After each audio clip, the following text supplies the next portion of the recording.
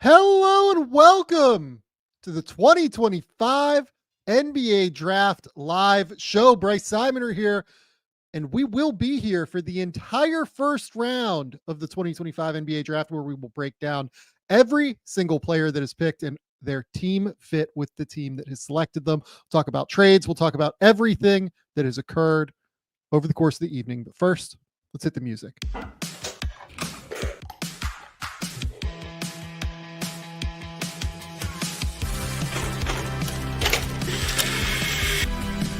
They do have a timeout. Decide not to use it.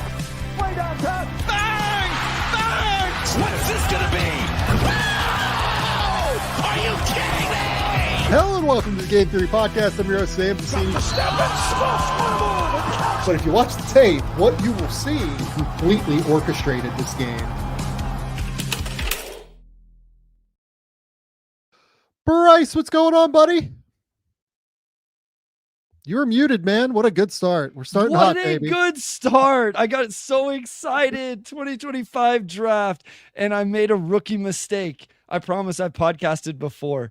No, 2025 draft is here. We talked about this the other night, that we finally get to just analyze what happened, Sam. We don't have to predict, no more mocks. I mean, I'm sure there's a 2026 mock draft coming in the next couple of days. We'll already get back into it. I will just warn you, I have already filed the 2026 mock. Let's go. I love it. I love it. But tonight we get to talk 2025 NBA draft, and I am excited. We put in a ton of work, you more than me, but I feel like I worked pretty hard at this as well. And now we get to just talk about it. We see what these teams value. We get to talk about trades, selections, fits. It's going to be a lot of fun. It's going to be a whole lot of fun. I'm really, really excited to kind of run through everything that occurs here. This is going to be great. This is going to be a really fun night. We've had our first trade of the evening. It's a big one. It's a doozy. We got the Indiana Pacers getting in at 38. So it's not going to happen tonight, but what can you do? Right. I mean, it does matter because it hard caps them at the second apron, which puts a little bit on what they can do. I think they're quite a ways away from the second apron, but they're like 30 million away from the second apron. Even still with something. Like Turner stuff. So I think they're going to be okay, but it's worth noting for sure that they decided to do it that way. Very excited to dive into this all. The first couple picks I think are going to be pretty chalky. I've been expecting that maybe there would be a, Philadelphia 76ers late move here, but I'm a little bit skeptical that's going to occur. I think there's a decent chance that they go with the chalk that we've kind of anticipated here for a little bit with VJ Edgecombe. And where I think this thing is going to start is probably at Charlotte at 4. I think there's like a non-zero chance they really look to, explore offers and see what's out there for that pick. Team moving up for Ace, team moving up for somebody else, who knows? And then, this thing could get off the rails in a hurry. Everybody that I've talked to, I've been up since 5:00 this morning over here in Australia. I have really been on the phone a lot, and the consensus has been that there are going to be trades. I love it. Going to be a number of trades is what it feels like. And between Brooklyn having 5 first-round picks that nobody seems to think they're going to use all of. I hope. I just want them to, Sam, just because. Let's just see what happens. Yeah, I mean, that'd be interesting to me at the very least. Maybe use the ball and see. I will say this, a number of people have told me, I don't know how they're going to get off all 5 of those first-round picks. And my reaction has been, look, they can sell 26 and 27, they can get rid of fairly easily, I think, for second rounders. You could get 4 second rounders for those picks. That price was set last year with the Thunder buying in for the Dylan Jones pick. So that's your worst case scenario, I think, if you're 26 and 27 here. But I think they're going to try and move up. I think they're going to try and be fairly aggressive on draft night here. I'm excited, man. I'm really, really excited just to see where all of this goes. I mean, what are you most looking forward to tonight? Yeah, I mean, listen, I want to make sure we give Cooper Flagg and Dylan Harper their due whenever they get picked, because they deserve that. And it's kind of something we've known, though, so it'd be easy to gloss over those guys. And it will be fun to just really discuss, okay, this is what we think these guys are. This is how they fit with their teams, all of that. I'll be honest, Chris texted me earlier, like, hey, what's going to happen at number 3? And I think you know why he would be texting me that. And I was like, Chris, I think it's the most volatile spot for me right now. And he's like, good, that's all I need to know. But I still wonder if there could be something happening there. I'm with you. I don't know. Like, we have this group of players, this tier of players, and I don't know how teams are going to value them. And we have all of these teams with multiple picks, including the Nets, that they can move up. Why would the Thunder not move up whenever we already discussed they have 15 players on their roster? And so to me, it just makes a lot of sense whether teams have those extra picks to use to move up, or they just value. So this is what's fascinating to me is we spend all this time evaluating players and doing our own big boards and breaking tiers and making tiers and all of that. And I wrote a 200-page book breaking down players' spots. Exactly. And so now it's like, how does an NBA team value them? And the thing is, it only takes one, right? Like we talk about this all the time. Value is determined by what somebody is willing to pay. And just because I don't think a player or you don't think a player is the number 6, all it takes is one team to fall in love because of fit or style or age or whatever. And that's what makes this night so much fun. Yeah, I'm really, really excited to dig in and kind of see where all of this goes. I mean, I'm excited to also just understand what these dudes are wearing. We've seen them on screen already. It's a good class, I think, in this regard. It's a pretty good class where I'm excited to kind of, see what the looks are. I really the one that caught me was Ace and Newell. I really liked Ace and Newell's look. That was a solid suit. I also I'm a colors guy. I kind of appreciated the like purple gradient suit that Nick Clifford is wearing. I also kind of vibe with the Jeremiah Fears look, like the red. Look, I'm not like a huge jewelry guy, and he really went for it. But man, it's a pretty fun one. It's a pretty fun group of looks. I mean, do you really want me to comment on this stuff? Like, I think one thing's very clear, Sam, is that you hired me to come here talk basketball, and people are not going to stay for my clothing attire take. I am the most boring. Give me black pants and a gray top, and I will wear the same thing every single day. It's literally one of my students gripes with me, like, Mr. Simon, you dress exactly the same every day. I'm like, yeah, because then I don't have to waste 5 minutes making decisions on what I'm going to wear. Boom, just save 25 minutes. That's 25 more minutes of film I get to watch. Is anyone This is Bryce Take. Is anyone wearing flannel? Someone asked in the comments, by the way, shout out for the super chat. So RJ Lewis gang, I don't think RJ Lewis is going to hear his name called tonight. Real chance he gets his name called tomorrow. Bryce, the people want to know what crops you were harvesting. This week. We have a follower here. For the long-time listeners. So it's out on the Twitter if you want to go check it out. Blue Sky wouldn't let me post the video for some reason. I don't know why, but I was driving grain cart the other day. Today I have a new video I could post, but it'd be lost in the NBA draft conversation. We were harvesting wheat. I was driving the combine today till we got rained out, actually. So we are harvesting wheat in all of Kansas actually right now. So that is what we do. This is a good question from Mikey. Who do you think the NBA is higher in comparison to the analysts / online community? I assume this means. I would say that the NBA is probably higher on Baron J. I would say it's probably higher on. I mean, Fears is one, right?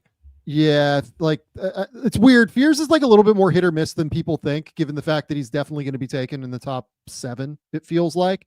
But like, given the fact that he's going to go in the top 7, I think that he's definitely an answer. I think Walter Clayton is a real answer. Like, I get some real like steam for Walter Clayton from NBA teams. Like, if he gets his name called in the teens tonight, that would not surprise me in any way, shape, or form.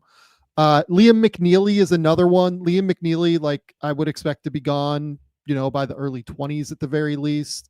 There are some really, really interesting ones. I mean, I think where teams are a little bit higher. Khaman compared to just me and you specifically? Sure. Yeah, Khaman's going to go somewhere in the top 9 at the very least, I would expect. What about guys we're higher on, like Carter Bryant? Yeah, Carter. Are we higher on Carter than what the NBA teams are going to be, do you think? Or are we going to end up being in the right range? I think we're going to be in the right range. I have Okay. Carter at 10. I think he goes late lottery. Okay. Yeah, it's a great question. So Dallas is now officially on the clock. We'll be following the broadcast. We're not going to follow the whatchamacallit, like the tweets and stuff. I will be paying attention at least to the tweets to see if anything happens there. But because that tends to be where you get the trade stuff, and that becomes a little bit more interesting. But in terms of picks, we'll be following the broadcast at least as we kind of go through this. I know that people do like to see what people are wearing and everything like that. So even if they don't love the analysis, they do at least like to watch the broadcast, even if they're listening to us, right? So we will be following the broadcast is one thing. The next thing here, I'm trying to think, do we just want to start with Cooper? I feel okay breaking down Cooper to start. Look, he hasn't been officially named the pick. He's going to be the pick. Maybe we will just like kind of give the people a taste of what we're going to do here, because we'll go a little bit longer on Cooper than I would imagine we will on most people. So Cooper Flagg has been the number 1 player in this class the entire year. I have him as my second best prospect of the last decade since I've been doing this. What to you makes Cooper Flagg such a special prospect for the Dallas Mavericks? I mean, it starts with the talent, Sam. And obviously the talent has been showing since he was in high school. I think another thing that's always important to bring up with Cooper, and we'll talk about this with prospects throughout the night, is also the age. This was a young freshman because he reclassed. And so when you talk about continuing to grow his body, grow his game emotionally, even though he's very mature, or seems to be a very mature player. So it's all of those things. I was just looking at synergy. The shooting was a question coming into the season. He shot 39% on catch and shoot. He shot 41% on dribble 3-pointers. And so he answered those questions. He's a defender. I truly think it's the intangibles. And I know people don't always like the buzzwords and the coaching cliches and those type of things, but it's just like, how many of these type of guys take charges, dive on the floor, play with the intensity he does all the time? And I guess for me, I buy into those things in terms of being valuable. For one, we just saw it in the NBA finals with 2 different teams that really relied on that type of play from their players, but also his continued progression and growth. That's all I can take from, like, that's all I know about him is what I see on the court in game situations. And so my thought process is, if he's willing to play like this in games, I assume he's willing to practice like this to grow his game and become the level of player that the number 1 pick is expected to become. Yeah, look, I can confirm that. Like I talked to John Shire in the preseason. So even before, all of this happened, right? And the thing that he mentioned immediately was just simply that Cooper Flagg, with his sheer presence and intensity, lifted the level of Duke practices. He lifted the intensity level every single day in the room. So that's one thing for sure.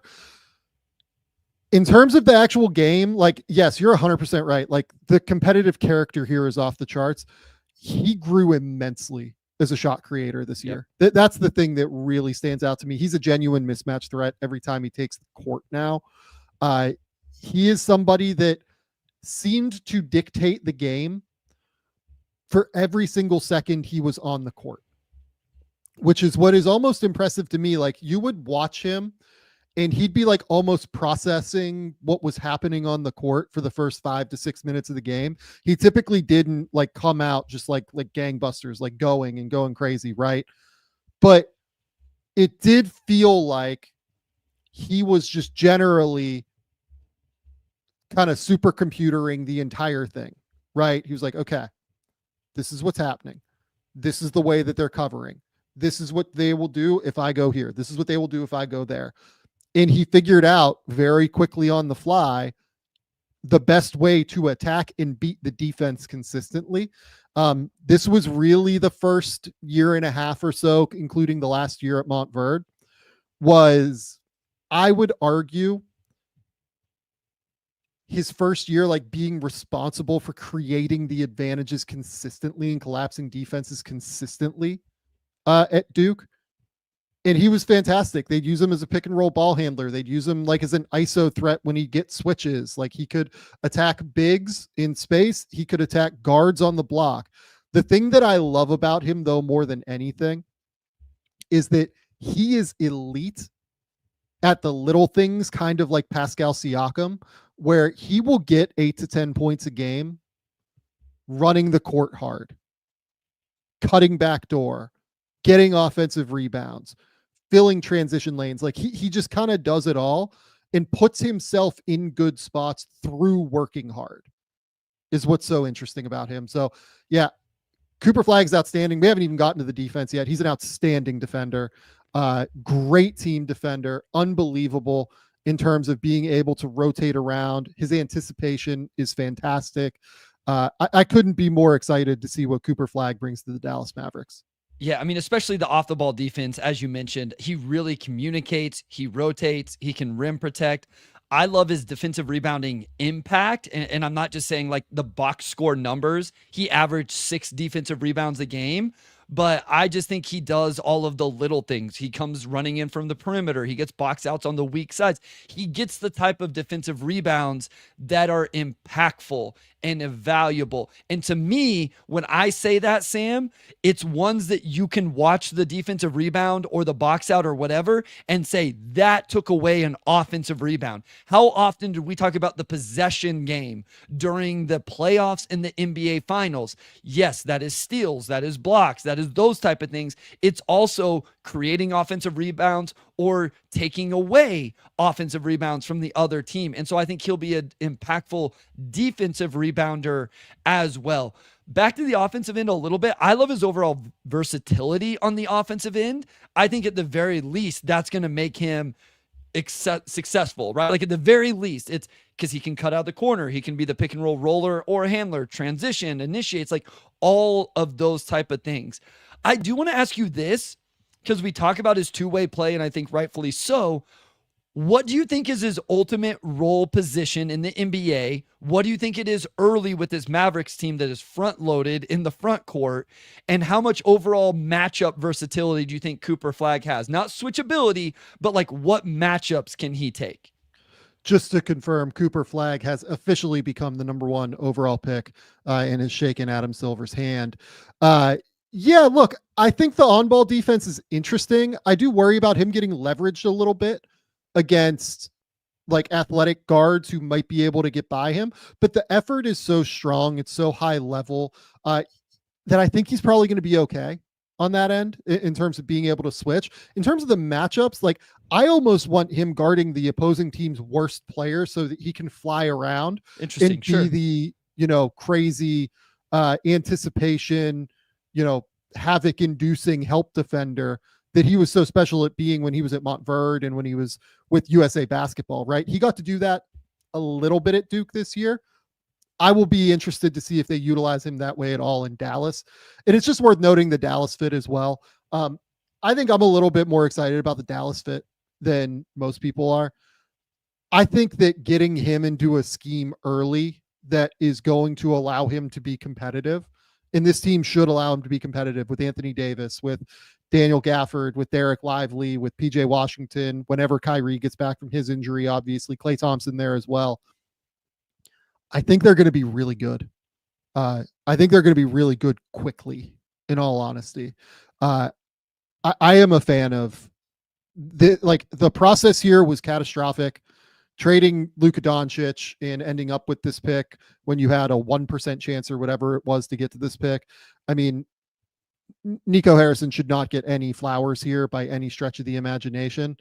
But yeah, I mean, it is very, very interesting that they now have set up the exact team that they wanted in terms of like defensive identity and everything.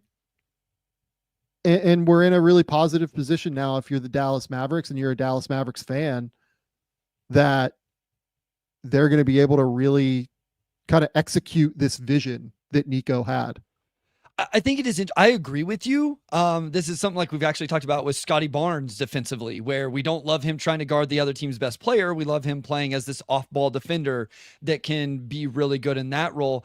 I'm interested to see how much Cooper gets to play that role, because there's certain lineups where he's absolutely going to, right? When he's at the 4 and AD is at the 5 and AD is guarding the primary ball screen actions or whatever, then Cooper can play off and do exactly what we're talking about.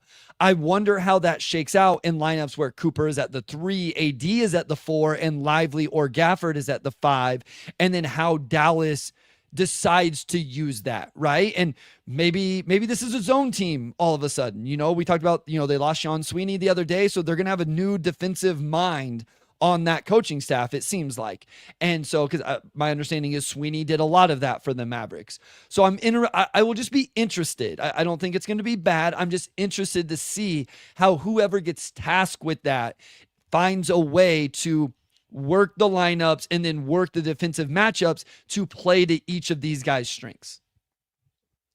Couple of questions here from folks. Thanks for the super chats. Shout out to you guys. Is Cooper that much better of a prospect than Luka? Look, the reality about what Luka was as a prospect is that there was just a lot of, back in like 2018 was that, I believe 2018 is the Luka draft, I think.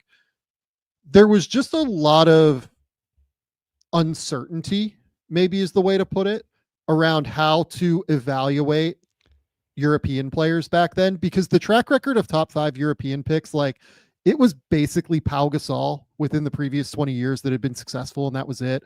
Like Skidishvili, Bargnani, Dragan-Bender, like you can go through and it was a long track record. Luka was drastically better than all of these guys and was the EuroLeague MVP as a teenager, and obviously like was way better. It's just that people didn't really know how to evaluate that at the time. So like, is he that much better than Luka as a prospect? I think the actuality of what Luka was as a prospect is very clearly better, but I just think that the perception of what Luka was as a prospect didn't match what the reality was, I think is the fairest way to put it. Second super chat here. What range is Cedric Coward going in? Shout out to Rai.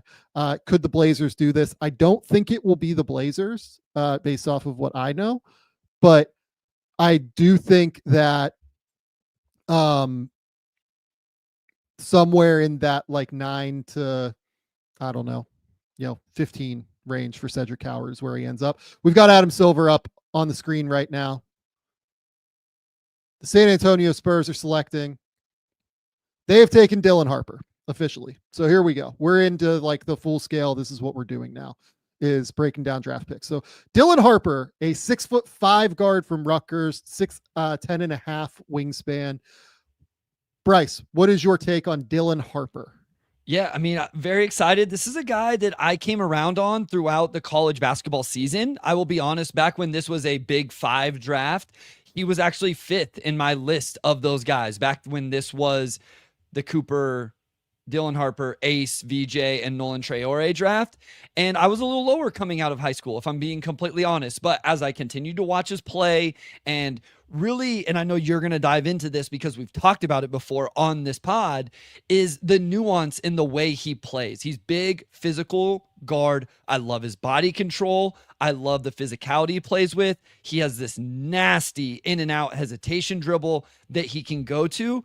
And so he has all of those things, but he plays with nuance. He knows how to use ball screens. He sets them up. He has patience. He'll snake it. He'll gel it. He has real suddenness in his change of direction. I'm sure we'll talk about the jumper, and it's going to be important to talk about the numbers and what we think and how it projects, especially with the fit with the Spurs. And then I also think that like he has a chance to be good on the defensive end. Is it going to happen early on? I don't know, because primary creators take a little bit of time. You want to get them there offensively, then you let that defensive end of the floor grow. So it depends on what his role is and how much offensive usage, but I think he has the potential to be a real two-way player as well. I think that what he does best is he just has a very polished offensive game in terms of his footwork and his handle, in addition to being a guy that has a very creative mindset in terms of his handle. He has a ton of moves off the bounce. He's extremely balanced. He plays with real like physicality as a driver. Yeah. He has no problem using his hip, using his shoulder, using his legs to be able to just like kind of bounce off of guys and be able to get where he needs to go. I love the way that he navigates bodies on the interior. He is also great, I think, at setting up defenders with moves and then manipulating them and being able to, get them into the position he wants to get them to, and then setting them up for a counter, right? Like he'll go hesitation, right to left to right between the legs, and then like backspin because he's got the guy leaning completely to his left, and then backspin to his left. And it's just awesome. You know what I mean? Like he has that ability to really get there. The weaknesses, like the concern would be, okay, what is he as a pull-up shooter? He hit 37% or so as a catch and shoot player this year, which I think will allow him to be successful playing off of De'Aaron Fox particularly. But I do think that shooting off of the dribble is going to separate him from being like a genuine, like all NBA superstar toward just being like a great, like NBA basketball player, basically. That's going to be the difference here, I think. Yeah, I agree 100%. Actually, on Synergy, if you look at like the spot up 3-point shooting, it's even better. It's over 40% on just like the spot up play types. And so to your point, I think even though we both consider him whatever to be a primary on-ball guy, a primary initiator, those numbers are interesting in terms of early in his career and what he will be asked to do and playing with the Spurs and De'Aaron Fox and even playing off of Wemby, right? Because at the end of the day, Victor Wembanyama is going to play with the ball in his hands, and you have to have players around him that space the floor and can attack that. And so I think, to your point, the biggest thing with the shooting is off the dribble. The 2-point number off the dribble, the 3-point number off the dribble were not great. The finishing was, and that's what's great about him is you can believe in that. And again, like I love that we get this chance finally, because a lot of our mocks we've like knew they were going to last 2 hours, so we quickly went through 1 and 2 onto the rest of it. And so now we get to wax poetically about these guys. I cannot emphasize enough the finesse aspect of his finishing. Like that combination of his physical build and his willing to play through contact with contact, combined with the ability to slide through defenders and finesse finishers and all of, like, that is such a dangerous combination for an on-ball player. And so that's what has me excited about him, especially if the 2-point shooting from 2 and 3 is able to get to a league average position. Yeah. And look, like I'll, just shout out this as well. Like the intel on Dylan Harper is sterling. Awesome kid. Got to meet him very briefly in Santa Barbara. Really, really good dude. The family, obviously, like Ron Harper, NBA All-Star, played with Michael Jordan on the Bulls for a minute there. The mother is really the one, like, I think that people probably saw that on the broadcast there. I'm not listening to the broadcast, but I did see his mother up there. His mom is like really the one that is, the rock who, like, honestly, like, played a huge role in teaching him the game of basketball. She's a basketball coach herself, Maria. Really, really, really high-end family in that regard too. So every reason to buy in to Dylan Harper, in my opinion, every reason to buy in to him becoming a really, really high-level player. Yeah, I agree. And again, I want to, mention the defense again. I liked a lot of his off-ball defense. There were some ball-watchy possessions that, are a little concerning, but I thought he had good communication, good awareness. I thought overall he was engaged outside of those possessions. I kind of liked it. The defense has some things, navigating ball screens, some of that stuff. But I do think eventually he's a two-way player that makes an impact on the defensive end as well. And he probably has some matchup versatility, Sam, with his size, his length, and his physical build. I think so too. Like, I think he's going to be able to guard up the lineup. I think that probably, honestly, he'll probably guard twos a little bit better than ones. I think I would agree. If you made me bet. In terms of like the fit in San Antonio, it's a lot of on-ball stuff, right? I totally get people thinking that and believing that. I understand that is a real factor at the end of the day. That how much ball is there to go around for everybody, right? But yeah, I think that Dylan can play off the ball, especially while he's learning and, as a rookie in his early part of his career. To me, though, the one that is interesting is Castle more than Harper. I think that Castle is the one that could, need to figure out how to shoot at the end of the day. Real quick, just a few notes I had specifically about his off the ball offensively at Rutgers, where he started some possessions. He has some of those instincts. He missed some relocation opportunities and stuff like that he would need to figure out. But I did like even his offensive rebounding and the understanding of being able to attack there. So I think he's going to be able to figure out the movement, the cutting, the offensive rebounding. We mentioned the catch and shoot numbers where he can make it work early in his career. So we have a selection at number 3. It is Valdez Edgecombe Jr. VJ Edgecombe. I'm excited to talk about VJ. So this is going to be Philadelphia, it looks like. I don't think they're picking him for somebody else. I was going to say, like at least. No trades reported as of right now? Nothing yet as of right now, and I would guess that there won't be. I mean, this was always a possibility that they were just simply going to take VJ and kind of go from there, right? So what makes VJ Edgecombe so special? The athleticism first and foremost, but to me, it's the combination of the athleticism with the motor, right, Bryce? Yeah, I mean, he plays extremely hard. You mentioned the athleticism. I consider him an off-ball advantage exploiter. I'm sure we will discuss what we think the upside ceiling is with VJ Edgecombe in terms of how much on-ball stuff can he provide eventually. I don't think it's early in his career, and quite frankly, this team probably doesn't need that. Like, they're going to be okay, right, if he doesn't provide that. And he has two-way impact while being disruptive. I love that a common theme so far in the first 3 picks, Sam, are what? Two-way players, guys that we not only talk about their offense, but we talk about their defense, especially with Cooper and VJ in a very positive light. And as I mentioned, eventually with Dylan Harper. And so that's what excites me about VJ. I think early in his career, knock down jumpers, get out in transition, and then just be a disruptor defensively. Create possessions with offensive rebounds, steals, transition. He has some of the most highlighty like transition blocks you will see. And to me, knock down, catch and shoot. Like, go to Philly, knock down, catch and shoot to start your career, and then build out your offensive game from there.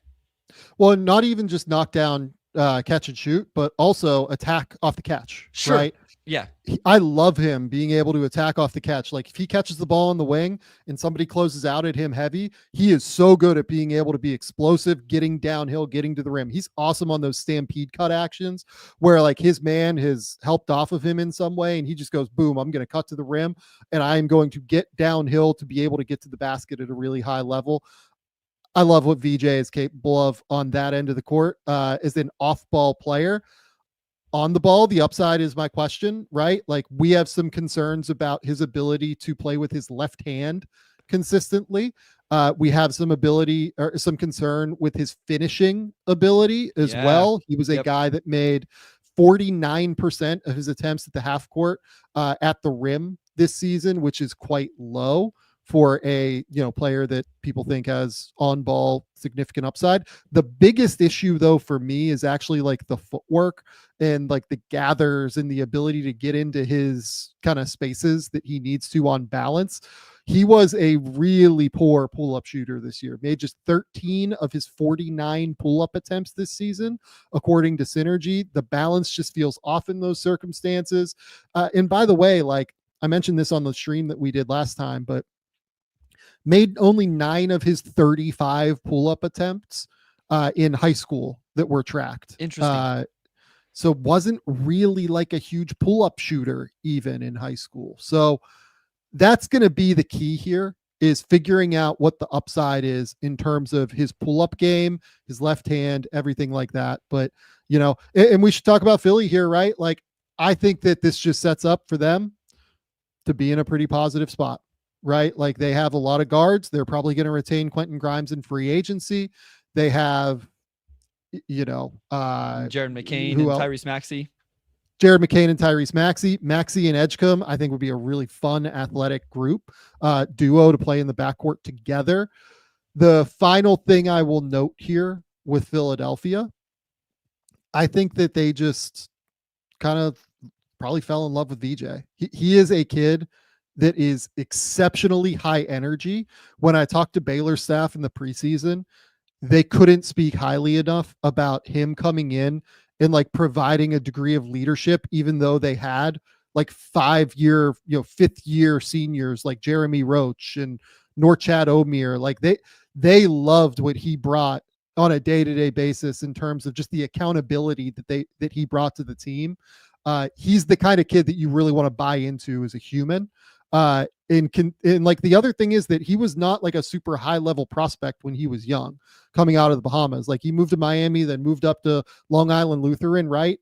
And the trajectory is pretty meteoric in terms of the way that he has been able to improve. It's because he's a worker. Like he's a great human being and he is a super high level worker. I am a fan of VJ Edgecombe, and I would like to see him really succeed in Philadelphia. Yeah, it'll be really interesting. I like this for Philly in terms of like, this is definitely a guy in the tier that I have right now after Cooper and Dillon. I'm interested to see how they end up using all of these guys with Maxey, with Grimes, with Jared McCain and him. But if you're just like, hey, we're going to take a guy and we think he can really defend. I mean, when you look at VJ's numbers, like he had a really slow start to the season and all of that. This kid still ended the season averaging 15 points, 5.5 boards, over 3 assists, over 2 steals, under 2 turnovers. You mentioned the rim finishing, which I do think is truly a worry, but he did get rim pressure and he got to the free throw line over 4 times a game, which for a non-on-ball guy, I'm okay with those numbers. I like those numbers in terms of rim pressure, which points to which looks to your point of being able to attack closeouts, right? Like off the ball player that can knock down, catch and shoot, but also attack those closeouts. And I will point out with the shooting, he was 47% on unguarded catch and shoot threes via synergy. Yep. So like those are the ones you really need him to knock down early in his career. I will say, I do think he's got to speed up the jumper. There's a lot of notes in my Google Doc about the dip being really low, needing to speed it up a little bit. I'm sure that's stuff that he worked on after the season. I'm sure it's stuff Philly will work on him with. I just think it is important to note because you get in the NBA, ground coverage happens faster, length, athleticism, all of that. But I am fine with this for Philly with VJ Edgecombe. Yeah, agree. I think that it's a completely reasonable pick. Look, I have no problem with it. I don't know that we need to talk about like what I would have done in this circumstance because I said guys in the same tier. You know what I mean? Like, yeah. I'm not gonna like argue if you take a guy that's in this tier. You know what I mean? Yep. So I think it's like completely fair and reasonable and a justified selection. So we have Charlotte up at number 4 now, and I'm very intrigued to see what they do. And the thing real quick about this tier, Sam, is it's VJ Edgecombe, off-ball guard. Trey Johnson, we project as an off-ball guard. Knueppel, off-ball guard / wing. Ace Bailey, obviously more of a wing, but off the... Like, it's similar, not that they're all the same player exactly, but similar type of players, which makes it interesting. I think the one guy that, Ace is, with his size is a little bit different than these guys, but... And so to that point, like, I'm not going to argue about fit when I don't know any of these guys were like crazy perfect fits for Philly anyway. So, and now Charlotte doesn't get to try to pick, like, we wanted the VJ to Charlotte has been something we've talked about for a while, right, Sam? And they didn't even get the opportunity to do so. So it'll be interesting to see where they go now. Or has the pick been made? I'm not watching on the TV. The pick has just been made. Okay. It is Knueppel. There you go. Out of Duke. There you go. My guy, Your guy. Knueppel. I love him. I absolutely love him. I've Con at number. So like I've gone back and forth on whether or not I would have Con or Trey Johnson 3 or 4. Like they're 3A, 3B. We'll go with the Greenberg tiers here. 3A, 3B. Sam Vecenie. Knueppel, another guy that when you talk to the Duke staff in the preseason, they would bring up as really helped elevate the competitive level of the program in general. Con is a guy that doesn't take anything off of the table is what makes him so interesting to me. He's one of those players that really, really just does everything well, in my opinion. he is an elite shooter, first and foremost. Sure. 41% from three, 91% from the line, while averaging 14.4 points per game. The mechanics are absolutely as pure as you will find. They are pristine. He is constantly on balance. He is a monster shooter. But then on top of it, he's way more than a shooter. He has so much ability to be able to drive and play off of ball screens. He's really sharp at moving without the ball, either relocating into threes, relocating and then being able to pump fake to be able to attack the basket. Excellent 2-foot finisher. Absolutely awesome 2-foot finisher. Made 62% of his attempts at the rim in half-court settings this year. Basically, all of those were layups. He's not a massive dunker necessarily. His footwork is sublime. And then defensively, he gets kind of shit on because he is let's call it what it is, like 6'5" white dude who the first time he was introduced to me as a player, the person that was there literally was like, yeah, like there's this kid who looks kind of like a bus driver who is just obliterating everybody. By the way, we've got the Knueppel family up there right now, all of the brothers.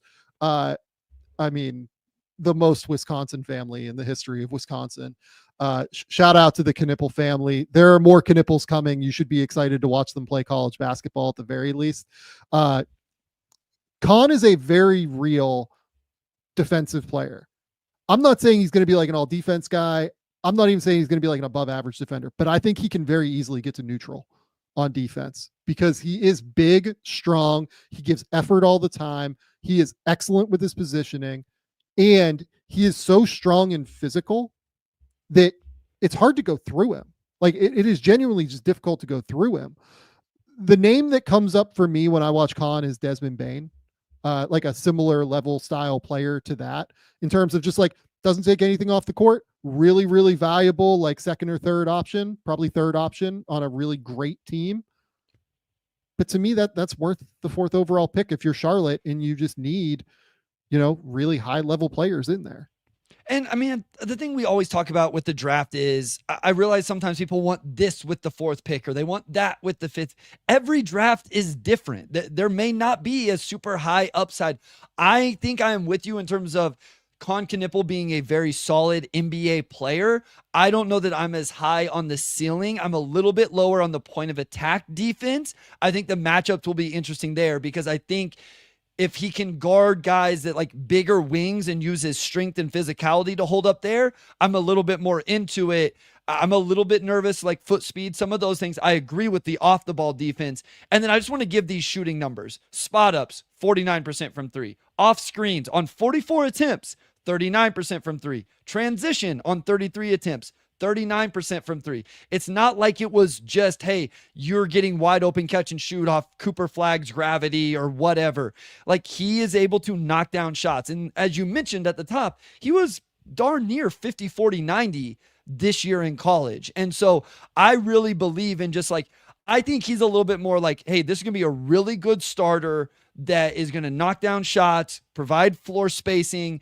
I think the upside for me is more around the ball handling. Like, how much can you tap into the ball screen usage and the pick and roll stuff we saw at times with Khaman Maluach at Duke? Because if there's more of that, where he's not just like a second side advantage exploiter that's attacking closeouts off the dribble, he's actually like running actions in the second unit or something. Well, that becomes even more valuable than just a starter that provides floor spacing.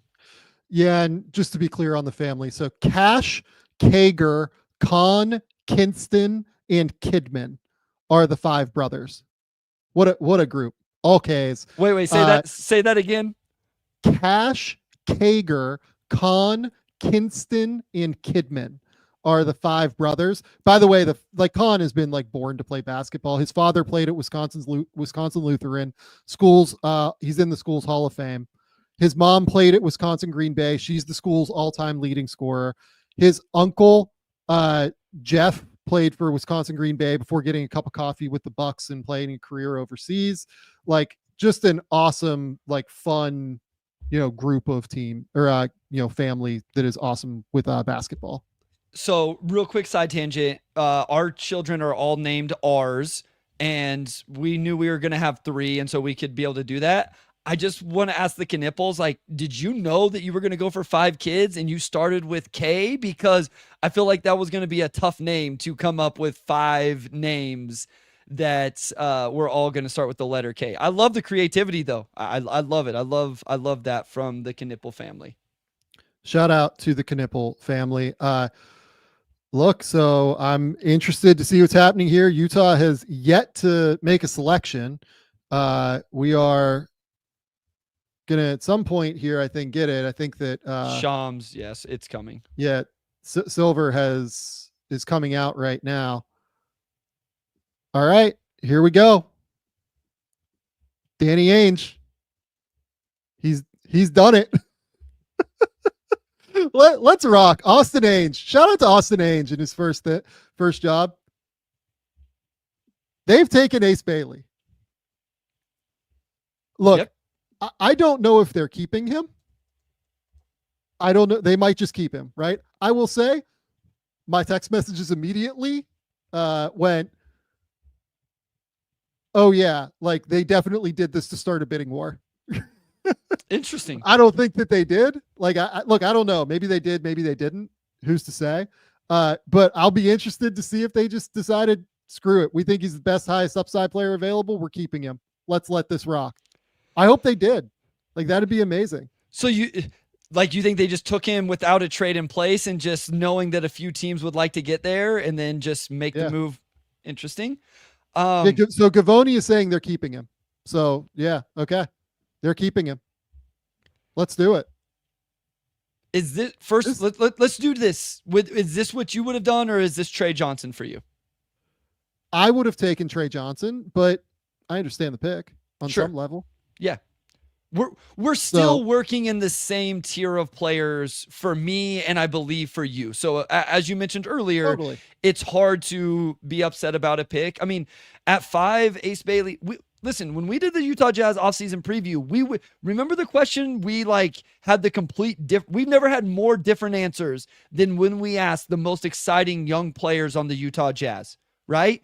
So swinging for the fences with Ace Bailey, it's I'm not going to criticize that, especially at 5. I'm going to be okay with that. And look, I even said during that preview that I think I would take Ace. Sure. I think I've become I've thought a little bit more about Trey and become a little bit higher on him throughout the process. But let's break down the player, right? So just looks the part more than any other star wing, right? So 6'7.5", 7'1.5" wingspan, real 8'11" standing reach, real juice as a pull-up shot creator. He is somebody who can get to a ridiculous pull-up jumper basically whenever he wants. He strings together multiple moves off the bounce, can get his defender off balance before making his move. He loves set up defenders with little hang dribbles and crossovers, has long strides that he'll use to get to that step back and be able to separate from his man. He explodes into his pickups with hop steps and step backs. He has really great footwork gathering going backwards, I think, to be able to get to the shot. Has a really great mid-post shot game as well. Everything here in terms of really good in transition, really good as a shot creator, getting to his pull-up. Positive. Where are you at on the rest of it? Because that's where it kind of ends for me a little bit.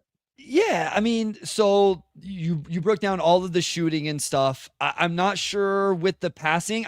I think I'm probably a little more okay with the passing. I know that the assist to turnover ratio isn't good for Ace Bailey, and people are going to point to that. I will say I've tracked a game because it's negative.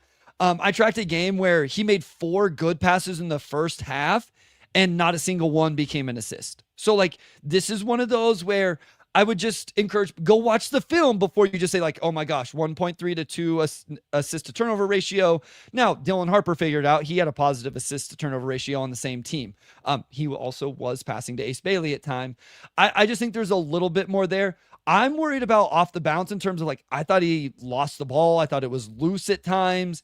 And so I'm wondering if he gets in a role where he is the primary creator, what does that look like in terms of being able to take contact, have the handle, not be loose with the ball? all of that. This is just one of those, it's how do you wait? Like you talked about the dribble jumper. He took over 100 2-pointers off the dribble, which like there's something to just the fact of that volume, but the percentage was 36%, you know? So he's just, it's an interesting because if you're bringing him in to be a big time option, then he has played that role and he seems like he's willing to play that role. It's just, do you believe in the growth for him to do it efficiently? So that's really it. To me, there is nothing easy is my thing. Like to quote Zaza Pachulia, nothing easy for Ace Bailey. He does not get to the basket really ever. And when he does, he only made 42% of his layups this season, despite the fact that he is this athletic and has an 8'11" standing reach, right? The decision-making is just not great. Like you can bring up like that, you know, didn't have great teammates and the passing is like, you know, occasionally okay. But there's just not a whole lot there in terms of the flashes to me as a passer. Sure. Consistently misses reads is what I would say as a passer in order to force up difficult jumpers. The biggest issue with Ace right now is he just has like immense tools, but doesn't use them to their fullest extent because he doesn't play with a lot of bend. He actually doesn't get the most out of his explosiveness, in my opinion, because he plays very upright, and that results in the handle being very high, and it results in him not being able to consistently gather and stay on balance when he gets to the basket or when he tries to get to the basket, right? So I look at this as a very tricky development, but if you figure it out, there is a world of upside.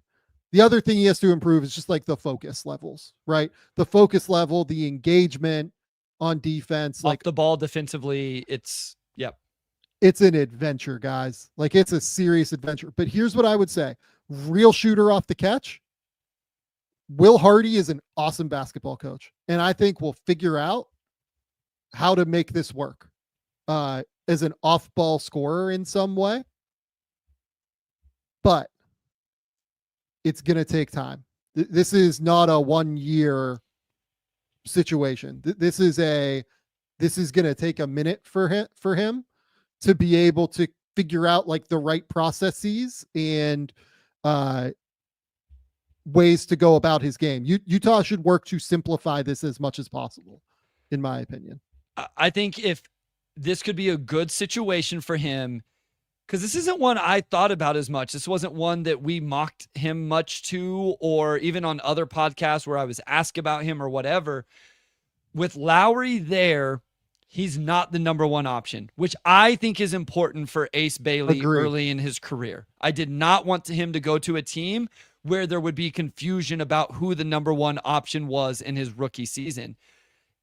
We talked about Trey Johnson here a lot because we like the idea of Trey playing off the ball and how the coaching staff would be able to use him and create looks for him. I think similar idea applies to Ace where, hey, go do the off the ball things.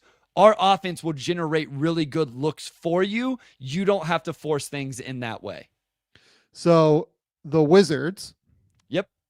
have made their pick. Okay. Trey Johnson is going to Washington. Yep.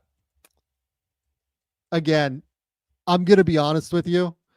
Earlier today, I tried to update the draft guide to put Trey Johnson at 3.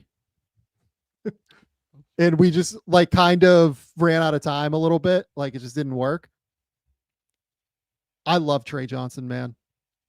And it's because I love the worker. I love how he goes about it.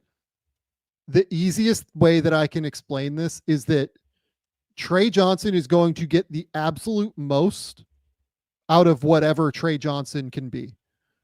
You might think that like there might be a physical limitation in terms of how skinny he is. You might think that there is something that, you know, might stop him from reaching like the peak of the peak levels in the NBA. But I'm telling you, this kid's going to work his balls off to figure it out. and he is going to absolutely reach whatever ceiling he can reach. And I think that ceiling is immensely high as a scorer because he is a genuinely elite shooter. He is a genuinely special shooter of the basketball.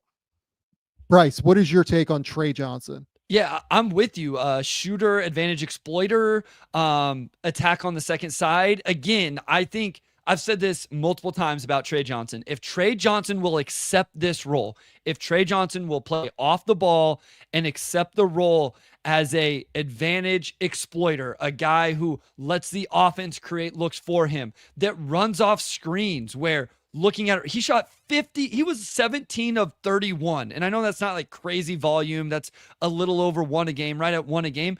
55% on off-screen three-point attempts. Like, this guy can really, really shoot the basketball. All of the stuff is like right around 40. Even the dribble jumper from three is 38%. But for me, early in his career, I want that to be screaming off a baseline staggered, floppy action, whatever, flare screens, knock down shots, or give the shot fake one dribble and then knock that down, maybe into the mid-range. I think early on when I was a little lower on Trey Johnson, I was evaluating him as like a primary scorer, right? Like on the ball trying. And I was like, I don't know that the wiggles there, the explosiveness, all of those things. And whenever I saw a clearer vision of this off-ball bucket getter that we're describing now, I really fell into it. As long as he accepts it, right? And we've talked about it before. There's the video clips out there of his palms up, frustration with teammates, those type of things. Like, as long as that stuff was just like, hey, he's young, he's competitive, he gets frustrated, whatever, I think he's going to be really successful if he accepts who he is and where he can really excel in this league. I think that what I would tell you on that, though, is that it does come from competitiveness. Like, he is exceptionally competitive. Like, he wants to be great. He wants to be a serious dude. Not like he has an incredibly high standard just from having like spent time with him. I'm telling you, like, the workout I saw of him and then having like talked to him a little bit afterward and everything, it was the most impressive workout I've ever seen from a teenager as a shooter. He sprinted for an hour and a half, or an hour. I'm sorry. It wasn't an hour and a half. He sprinted for an hour and knocked down shots off of all sorts of movement. And then I went up to him afterward and I was like, hey man, like, you know, that was one of the most impressive workouts I've ever seen for a teenager. Like, that was awesome. Like, seriously, thank you. Like, that was really impressive. And he goes, like, thank you so much. Like, he was so gracious and like, you know, appreciative that I said it. But then he said, I actually shot better yesterday.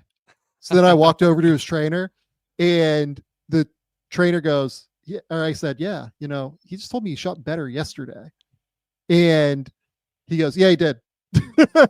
Yeah, he did. He shot better yesterday. He's a awesome basketball player. I am a huge Trey Johnson believer at the end of the day. Guys, real quick here, all of you, thank you so much for joining us. We'll obviously be back tomorrow as well. Hit the subscribe button if you haven't. Like, if you're just joining us for the draft, obviously we appreciate that. We love you for it.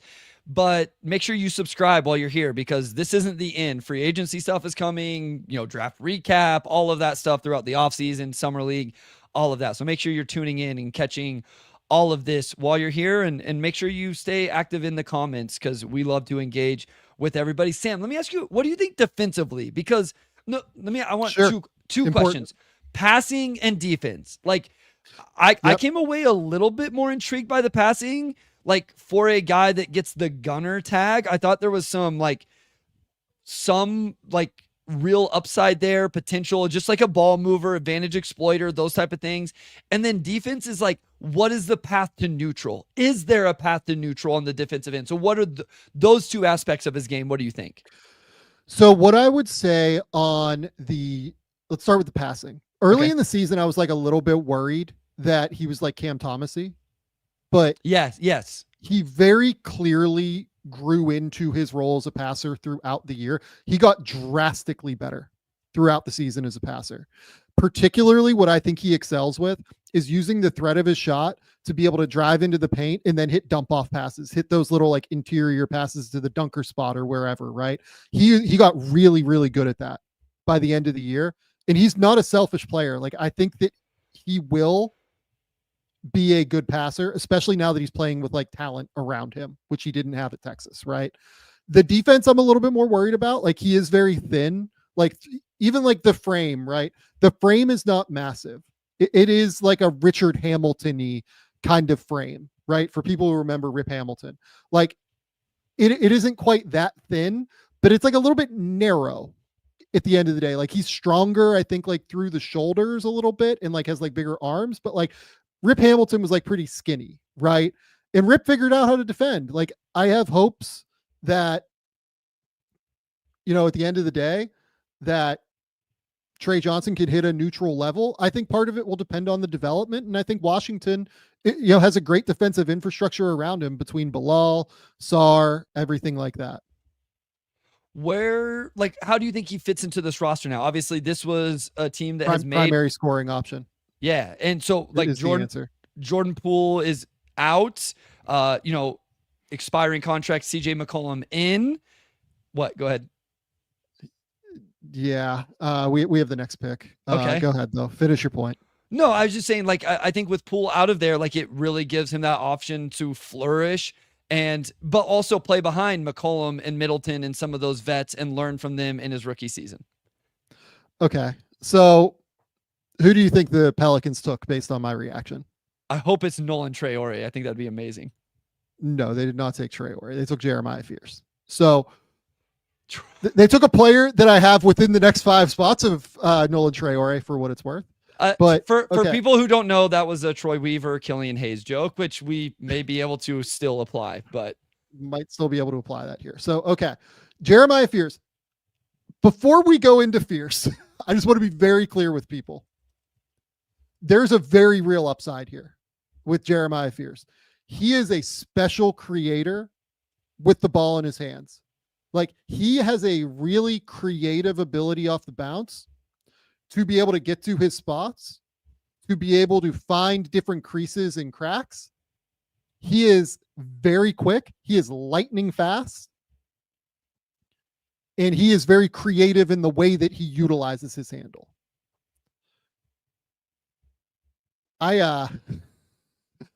It's everything else with Fears that worries me. Do you want to jump in there and talk about that? Yeah, so I that mean, it's not just me. No, I mean, to me, it's feast or famine. Like, I literally have it written here in my notes for him. There's a lot of projection, and you know, we talk about this all the time in terms of like providing value to the team that drafts you, and I do just wonder, like, how long will it take for Fears? You mention this all the time, Sam, with young point guards, right? And he was another reclass guy, right? If I'm not mistaken. So he's younger. He is only 18 years old, doesn't turn 19 until October. So like the first step, like all of that stuff is truly there. Really explosive first step. But like ball screen operation, finish, like all of those things, the jumper, like is the scoring package going to be there? And then, you know, we talk about defensively on ball, the size is going to be an issue at times. And then the defense, like we talk about Ace Bailey off the ball defensively. Sam, like there's just as bad with Jeremiah Fears off the ball defensively. So, can you imagine? So this was we brought this up yesterday. I'm just going to do it. Okay. Now like the camera's crooked and everything. We're going into the, you know, canted angle to talk about Jeremiah Fears. Okay. So we talked about like, when are they going to build a defensive infrastructure in New Orleans? They just traded for Jordan Poole. They have Zion Williamson. Yves Missi is not a good defender right now. Like, let's just be like transparent about that. Like, it's going to take him some time to do that. Fears, I think, is the worst defender in the first round that will be taken this year. He's very small. He's very slight. There's no margin for error for him. He has moments of like high energy effort in some big spots, but the engagement's just not always consistent. Like, he allowed dribble penetration off the bounce. Didn't always like get into a consistent defensive stance.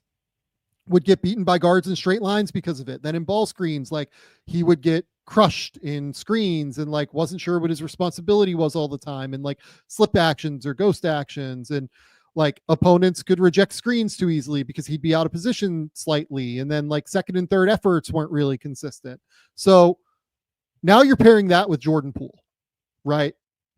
All of those same concerns apply. Offensively, again, like great at creating the initial advantage. Yeah. But what happens when he gets it? Yep. Right? He doesn't really make shots at the rim. We talked about VJ Edgecombe's finishing being concerning. Fear shot 44.5% at the rim this season in half-court settings, which is concerning according to Synergy. He made 28% of his threes, so he's not really a shooter right now. What is this? You know what I mean? Like, what is the plan, I guess? Like, is it just create advantages, kick out, and then, oh, by the way, he's like an okay passer. There are moments where he can make good passing reads. Like, he is a good jump passer to dump off situations. But man, Bryce, this is hard. Look, I have fears at 18. Like, he's one of those guys where you either completely buy into it, yeah, or you don't buy into it. Yep. Right? Yep. That's the reality. You either get it or you don't. Yep. And the people that love him have him in the top 5 for sure.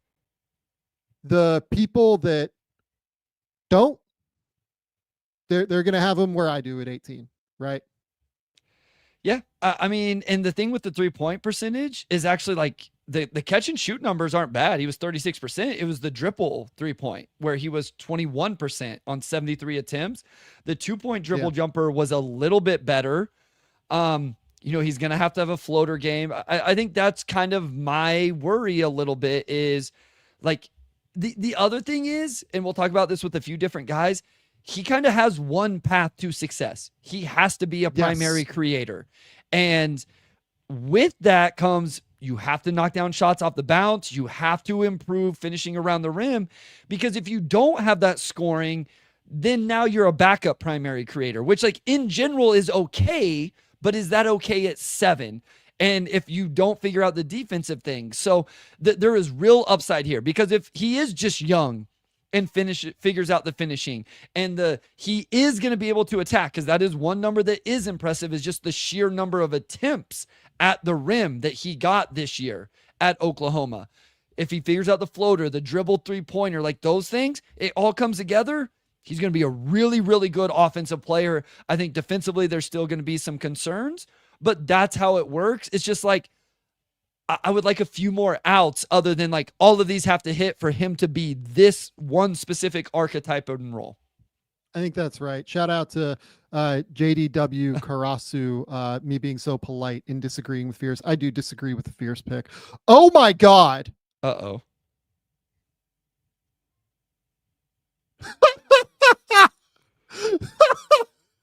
Okay.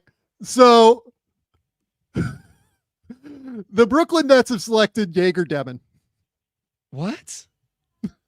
Okay, so to be clear, I had Egor at 19 to Brooklyn because I knew that they liked him. I didn't think they liked him like this. I didn't think they liked him quite like this. So Jeremiah Fears is not going to be my worst lottery pick, to be clear. So here's what's crazy. Picks 1 through 6 were the 6 players on my board. 1 through 6. Like, it wasn't perfect, but essentially now we're all over the map, Sam. Like, we are all over the map already.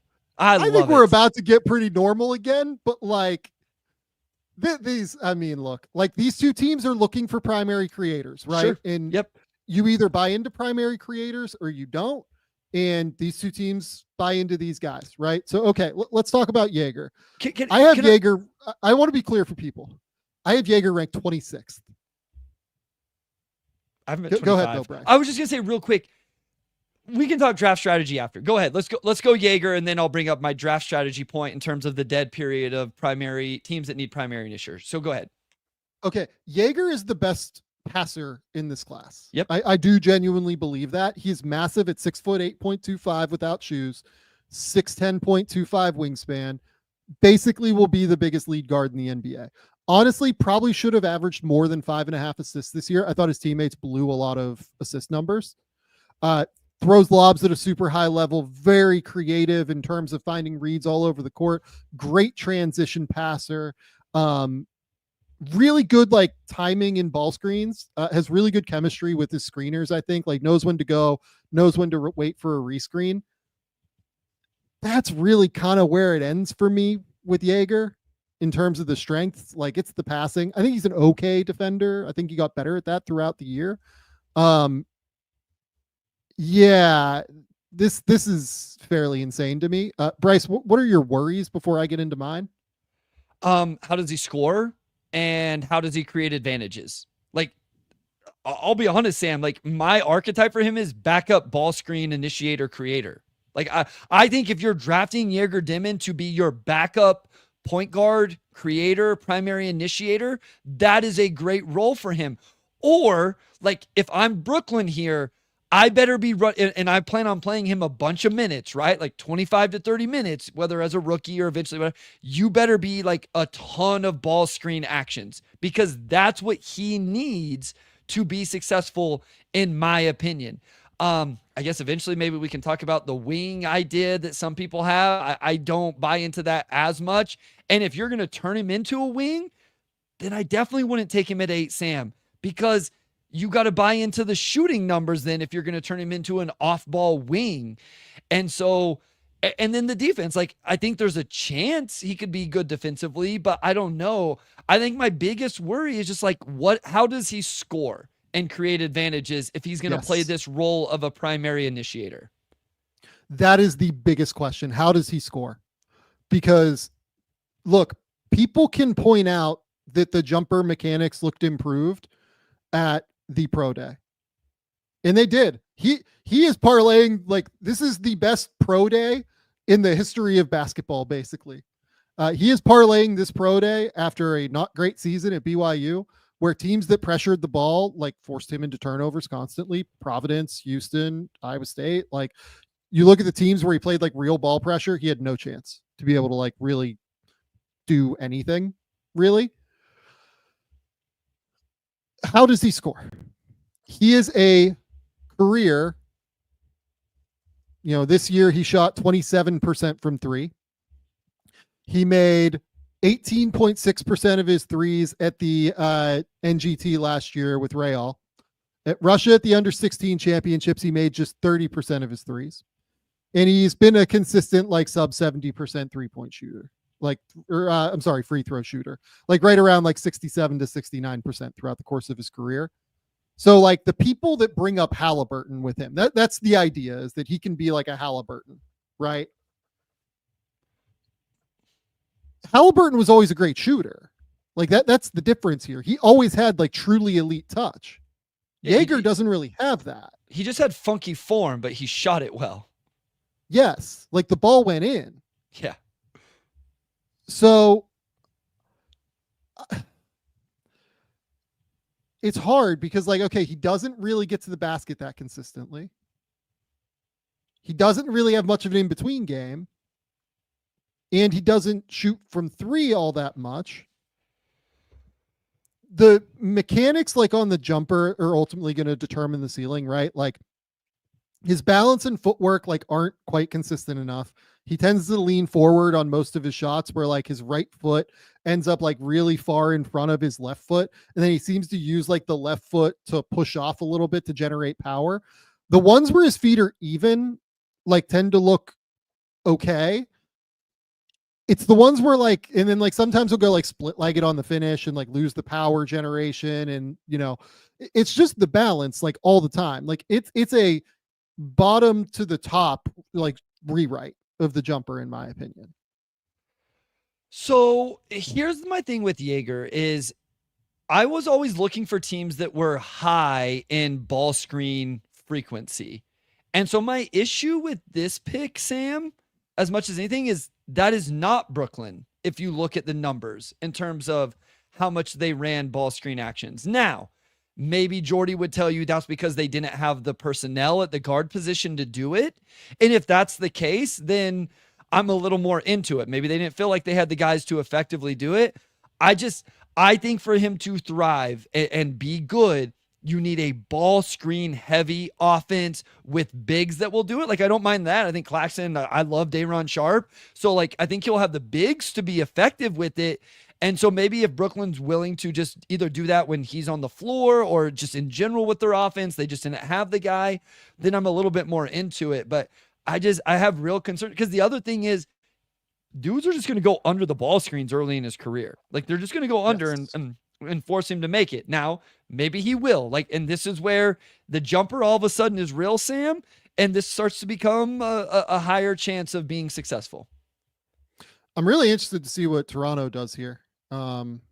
That's a fascinating one. With Demin, yeah, I mean, look, like everyone points to the shot mechanic improvement. It's just like I heard this in the fall from people who went to BYU practice, and it's just like hard for me to buy that. Right. So like it just is. I've always said I'm not a shot mechanics person. I don't break down, like, it's one of the worst things I do as an evaluator. I don't know why. I just struggle with it. Just shoot the ball is like my advice to my own kids. So okay. Oh, good. We're back on track with the mock draft here that I filed late. We've got Collin Murray-Boyles going 9 to Toronto. There we go.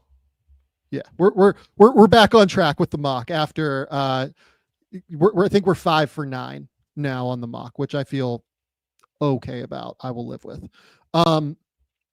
Murray-Boyles is one of my favorites in this class. I love that Toronto did this. I think it makes a ton of sense. Where are you at on Collin Murray-Boyles before I kind of dig into why he's one of my favorites? Yeah, this is exactly the range I had him in. I think he was right around 8, 9, 10 on my board. I've had him higher. I've taken him higher in our own mocks. I have him as a versatile two-way front court player. I think he could be a starter on a team specific situation. Definitely a third guy in that rotation. Play finish, like, he has great touch around the rim. I think he's going to be good in short rolls and those type of things. The offensive role is a little bit limited. I'm sure we'll talk about the shooting. Like, can he do it? Is he going to be able to do it? All of that. But ultimately, if you're taking Collin Murray-Boyles in the top 10, it's because you really buy into the defense and his strength holding up at the point of attack, his disruption, his length, all of those type of things.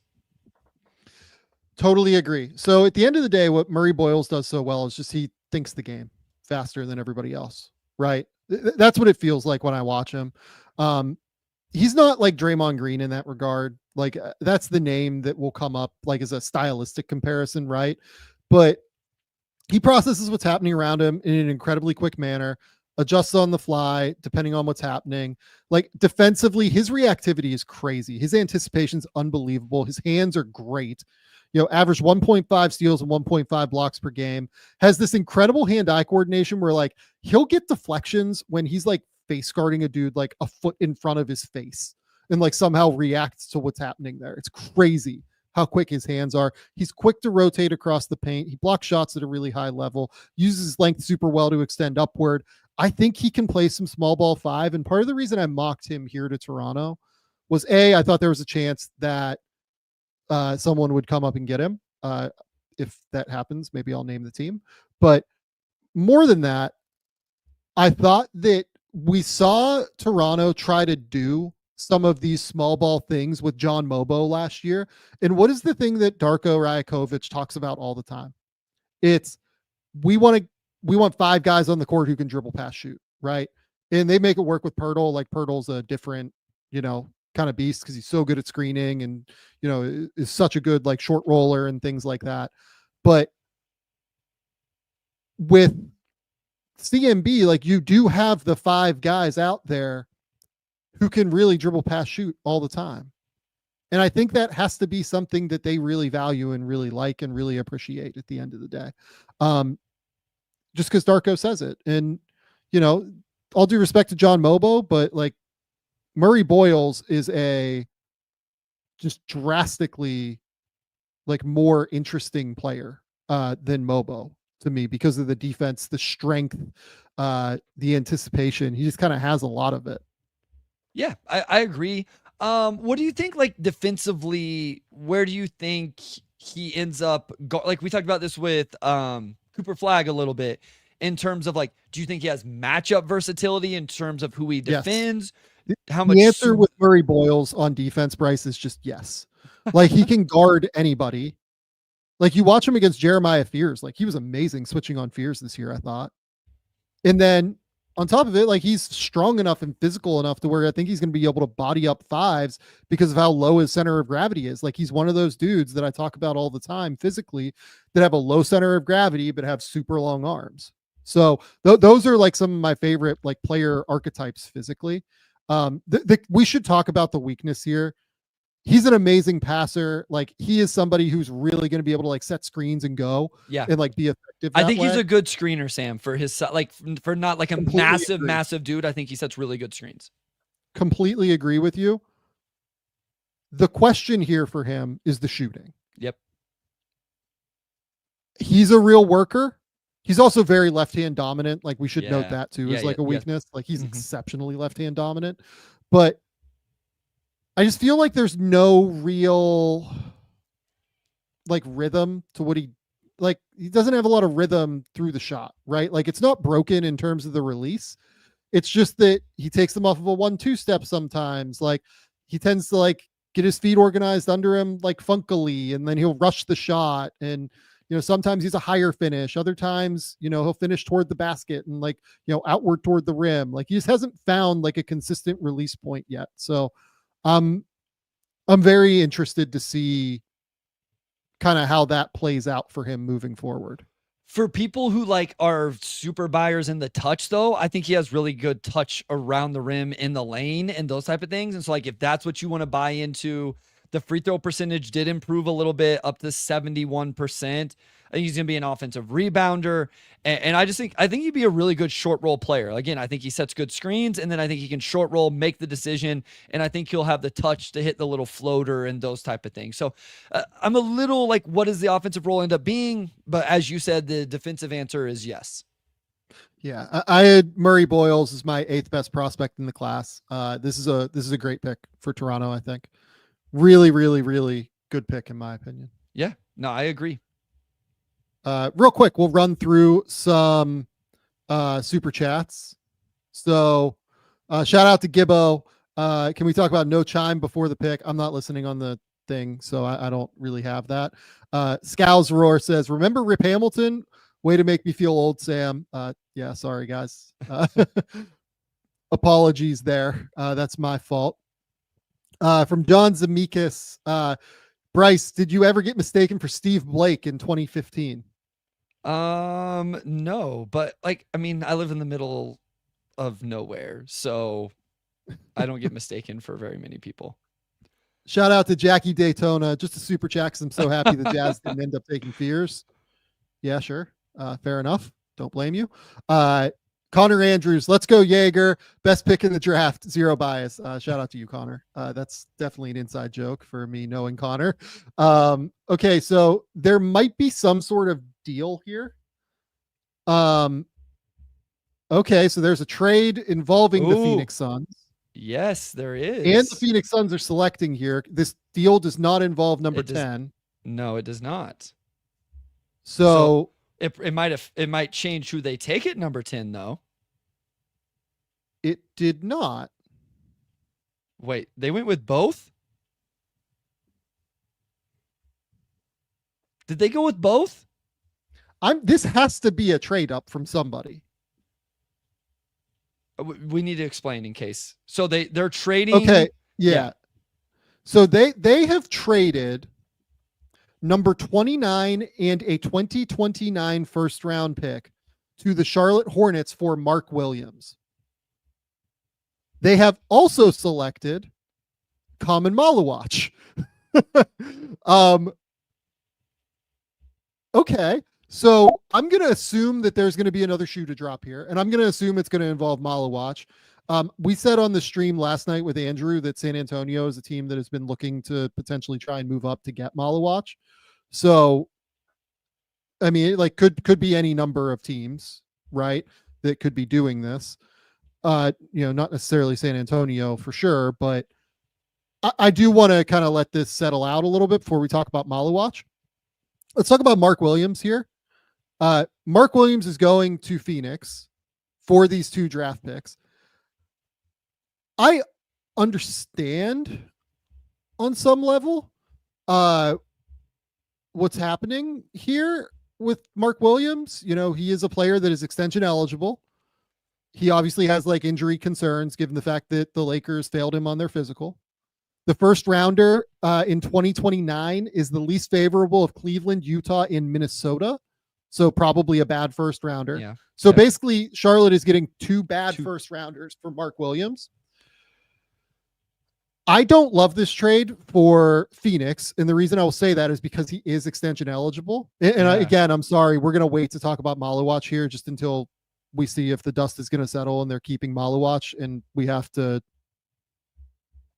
somehow break that down in a way. Mark Williams is a guy that has really struggled defensively throughout his career in a way that concerns me. I don't think his instincts are great. He looks the part defensively, like he should be an amazing rim protector, but it just hasn't been consistent in that regard. And when you get him in space, it's just really, really rough. It's really, really bad. So what I'm wondering here on some level is like this, I don't know. Well, but before I go there, Bryce, talk about Mark Williams. Yeah, I mean, I have like messages coming in trying to figure this out. So no, you're good. Yeah, so my first thought is, you know, going back to what the Hornets had originally got in the trade to the Lakers and then trying to like compare that return to this return. We were a little bit nervous about what the Mark Williams trade value would be. And they still got 2 first-round picks, but as you mentioned, they're 2 not great first-round picks. I also wonder now what Charlotte's going to do at the center position. They have now added a pick in this first round. That's in a range that could be interesting for a big man. For Phoenix, I mean, I just saw someone kind of joke on Twitter that they're all shooting guards and centers now. And I think that's kind of true whenever you think about the roster in Phoenix, if the Maluach thing holds true. Mark, we talked about this on the Hornets off-season preview. So if you're a Suns fan and you want to kind of get our thoughts on Mark Williams, the contract negotiation situation as he's ending the end of his rookie deal, you can go watch the Charlotte Hornets one now and, you know, kind of fast forward to that spot. But we talked about it and how him, Walker Kessler, Jalen Duren are all in a situation at the end, not the end, but are extension eligible on their rookie deals. And what would be the first shoe to drop? How much would you offer them? So Phoenix is acquiring a player that has injury history, and you're not forced to make a decision this offseason, but if you don't, then he hits restricted free agency next offseason.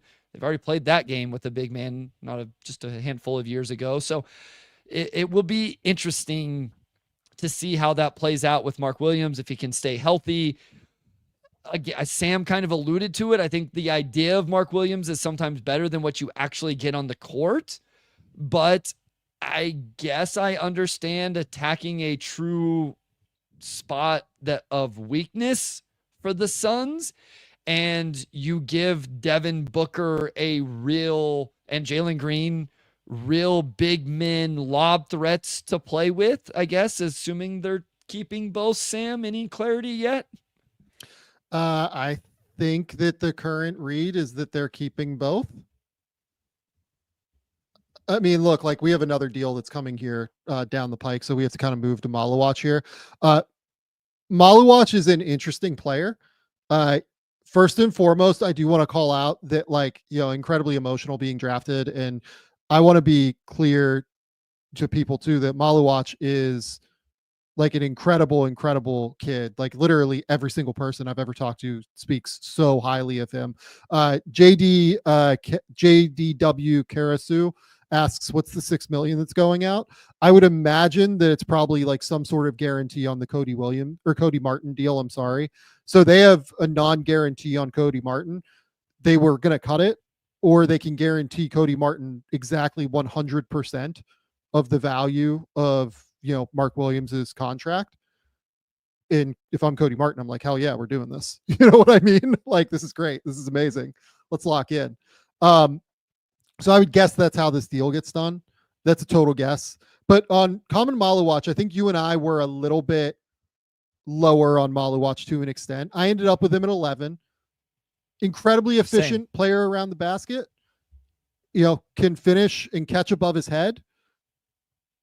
I think he's a little bit more limited than some people do, I think is what I would say. He is somebody that I don't really see a whole lot of ball skill. I didn't see any passing ability this year.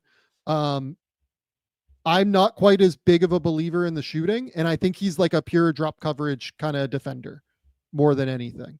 Where are you on Khaman Maluach? And by the way, this player should go in the lottery. Like, he is definitely going to be like a starting caliber center in the NBA, I think, as long as the defensive rebounding comes together.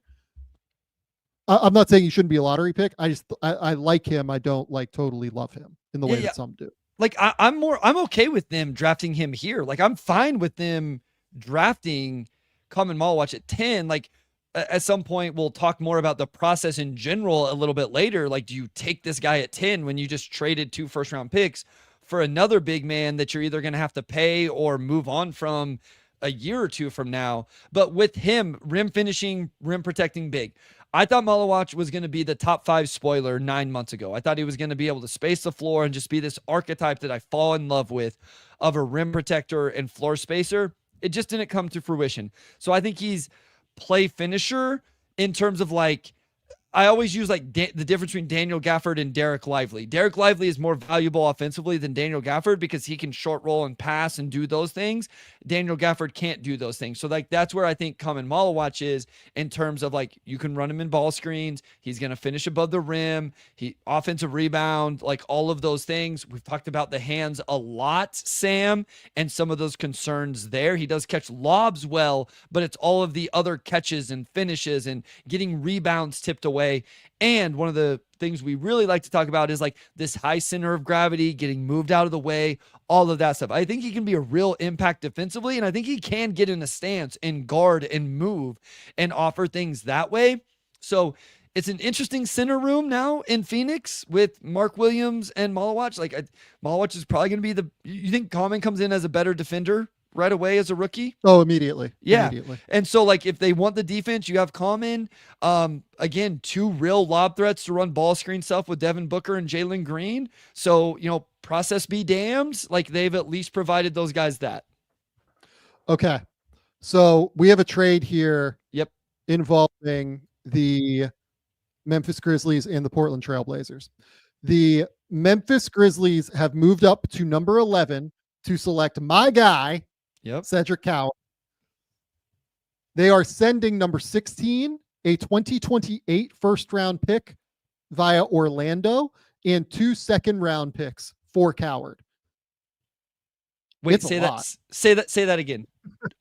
It is number 16, a 2028 first-round pick via Orlando, and 2 second-rounders for Coward. Wow. Okay. So this is classic Zach Kleiman. Zach always tries to move up the board, is the reality. It's a lot to give up. But Cedric Coward is a guy that I had in the top 10.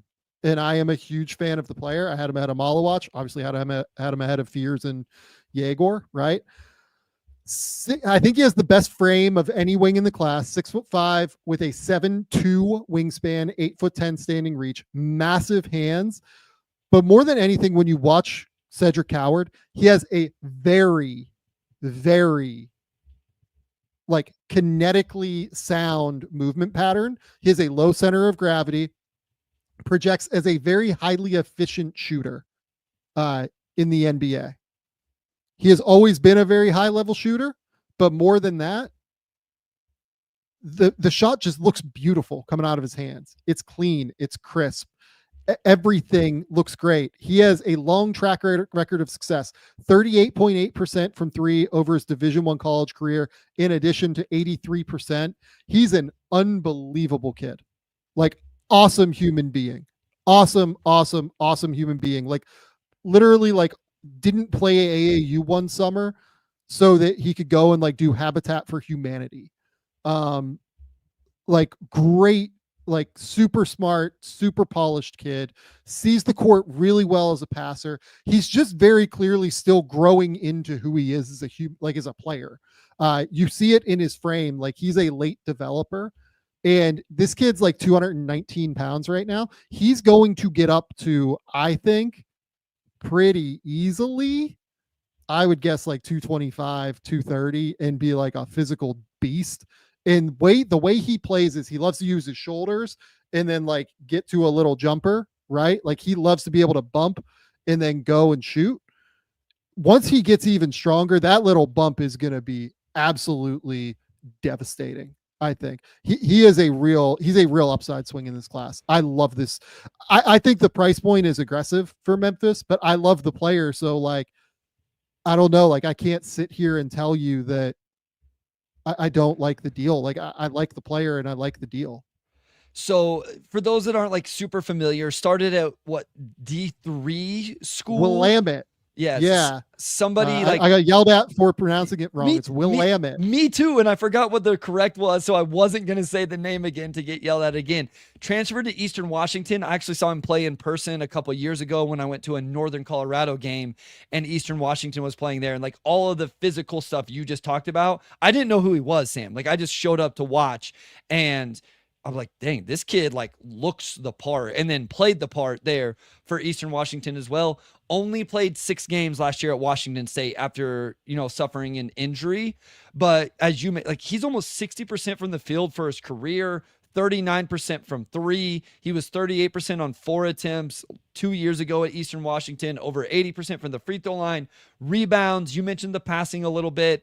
I'm interested to see what the defense end up being. Like, I found myself in the film we did get to watch this year being a little bit like, okay, I thought this was going to be a little more impactful than what it's been based on like the body and the length and the wingspan and all of that. But just a really interesting player. And it is one of those, you wonder where he would have ended up if we got 30 games at Washington State this year. We didn't. And so I think there's a little bit left to be, curious about. And I do think it's aggressive in terms of making this move for the Grizzlies, but another wing to add to the room there. It's another wing to add to the room. It is the kind of player they needed. Look, they think that Jalen Wells can be a starting 2 guard long-term. Cedric Howard can certainly be a starting 2 guard or starting 3 long-term, I think. Like, it's going to be a really, really fun team to me. I am very, very excited to kind of check out what happens here. Yeah. And I mean, obviously people can figure it out, but one of those picks in the Desmond Bane trade has now been used here for Cedric Howard to move up along with, like you said, those other 2 second-round picks. Uh-oh. What the fuck? Uh-oh. Okay. So we'll talk about 12 in a second here. What? So 13 has been traded, according to Shams. The Atlanta Hawks are trading number 13 to the New Orleans Pelicans for number 23 and an unprotected 2026 first rounder, the most favorable of New Orleans and Milwaukee. What is happening?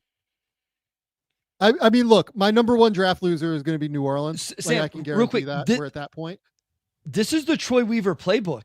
This is exactly what he did his first draft in Detroit. At number 7, he took a small guard and then he traded picks to get up in the draft. That one at least was a protected pick that finally conveyed. But like, this is truly what he did his first year in Detroit. So let's talk about Noah Essengue. Is that who they took? Noah Essengue is going 12 to Chicago. Oh, we missed one. Gosh dang. Yeah. So we'll talk about whatever they do at number 13. And I have a sneaking suspicion it might be Derek Queen, which would be the funniest thing on planet Earth to me. So let's talk about Noah Essengue. So Noah Essengue is a 6'10", athletic play finisher is kind of the way to put it. Is like a hybrid, like forward big kind of guy. Like the vision here is Pascal Siakam to me. What you're trying to do here is you're trying to cultivate a player who can be a great transition player, who can get to the rim, who hopefully can continue to develop as a shooter. I just don't love the player. I don't love the frame. I like the body control. I just don't love the ability to consistently, play with skill. Like, he's a real play finisher. He doesn't pass the ball. He's not a great shooter. Like, everything has to be around the rim right now.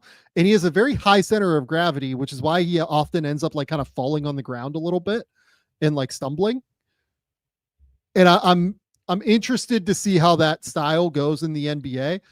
He has a long way to go physically. I do not think this is a player that will be likely to contribute much next year, but I do think there's like a ceiling here that if, and he really fits the way that they want to play. What is the thing that I told you throughout the draft process? Yeah. The thing that I got from Chicago more than anything else was just, okay, they really want guys that fit their play style more than anything.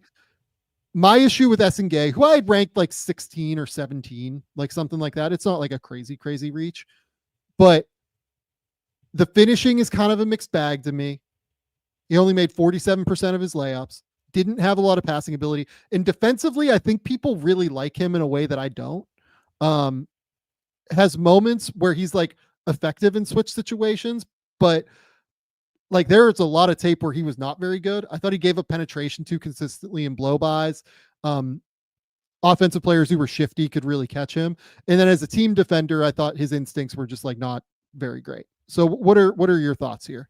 Yeah, I see the same things off ball defensively. Like, I thought the awareness is brutal at times, is actually what I wrote, Sam. I agree in terms of the fit, right? Like, if Noah Essengue is going to work, it's on a team that's going to get out and run and play in transition and all of that. I have him labeled as a project two-way forward front court player. I know some people like think he's going to end up being a center. Like, I think he's going to really have to fill out his frame to do that. And then the first thing I wrote is, does he give a return on investment to the team that drafts him? Like, I'm just not sure. Yeah. Like, yeah. You know what is like, I put Obi Toppin as like the role in the NBA. And we just talked about Obi the other day, like needing to get on the right team. Now, the difference here is Noah's probably going to the right team for it to end up working out. But, and I'm not saying they're like one-to-one players, just like kind of the role of like this forwardy, maybe play small ball big, athletic. Can you knock down corner threes? Can you cut on the baseline, offensive rebound? I'm with you in terms of like some questionable defense. This was the guy that like draft Twitter loved. And I would see so many Twitter boards that had him like in the top 5. And I'm just like, felt very comfortable keeping him in like the late teens, early 20s for me. Okay. Let's move to talk about this trade next. Oh my God. So the New Orleans Pelicans have traded number 23 and the best of New Orleans and Milwaukee's first rounder next year for number 13 next year. They gave up their own? Look, I don't know what you guys think about the New Orleans Pelicans next year. I don't think this is going to be a good basketball team. I think they are going to be one of the 3 worst defensive teams in the NBA. They're going to be playing Jeremiah Fears and Derek Queen, like theoretically some real minutes here, or Yves Missy real minutes, who's still not very good defensively. They're going to be playing Zion. They're going to hope that Zion is like healthy the whole year. What if Zion gets hurt? They're totally fucked. This is honestly, this is one of the crazier trades I've seen in a while.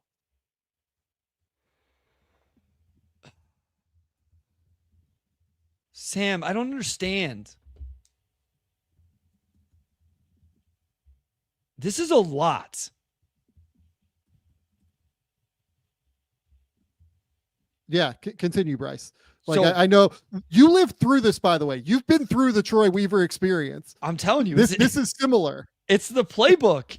You know what's funny? I didn't even think about this the other day. Do you know who ended up in New Orleans in that trade with CJ McCollum and Jordan? Everybody calls it the Jordan Poole trade. I don't think that's who they were trading for. Sadiq Bey. And Sadiq Bey was in Washington with Troy Weaver after being drafted by Troy Weaver and is now in New Orleans with Troy Weaver. The only thing that breaks that is Troy Weaver actually traded him. Derik Queen, team-specific, versatile creation big man. Like, is this the team, Sam, that makes sense for him in terms of being able to use him the right way on the offensive end? Like, is this a great fit for Zion Williamson? Is this a great fit for Jeremiah Fears in terms of offensively? And then, like, you've already highlighted the defense. I like Queen. I really came around on him. Like, the drafting him at 13 isn't necessarily an issue to me. Trading an unprotected 2026 first round pick to draft him is not necessarily something I would be excited about. So they have selected Derik Queen officially. I am flabbergasted. Okay, so they have said that they want to keep Zion. Like, yeah, Joe Dumars has said that they are keeping Zion. Derik Queen and Zion Williamson do not work together at all. Point blank. They don't work together. They try to get to the same areas of the court. They both love to grab and go. I'm all for like having 5 guys who can dribble pass shoot out there, but it doesn't really work for me. They try to get to the exact same areas of the court. They both want to be like in the mid post, unless you're going to play Zion as a point guard. But oh wait, you just drafted your point guard in Jeremiah Fears and traded for Jordan Poole.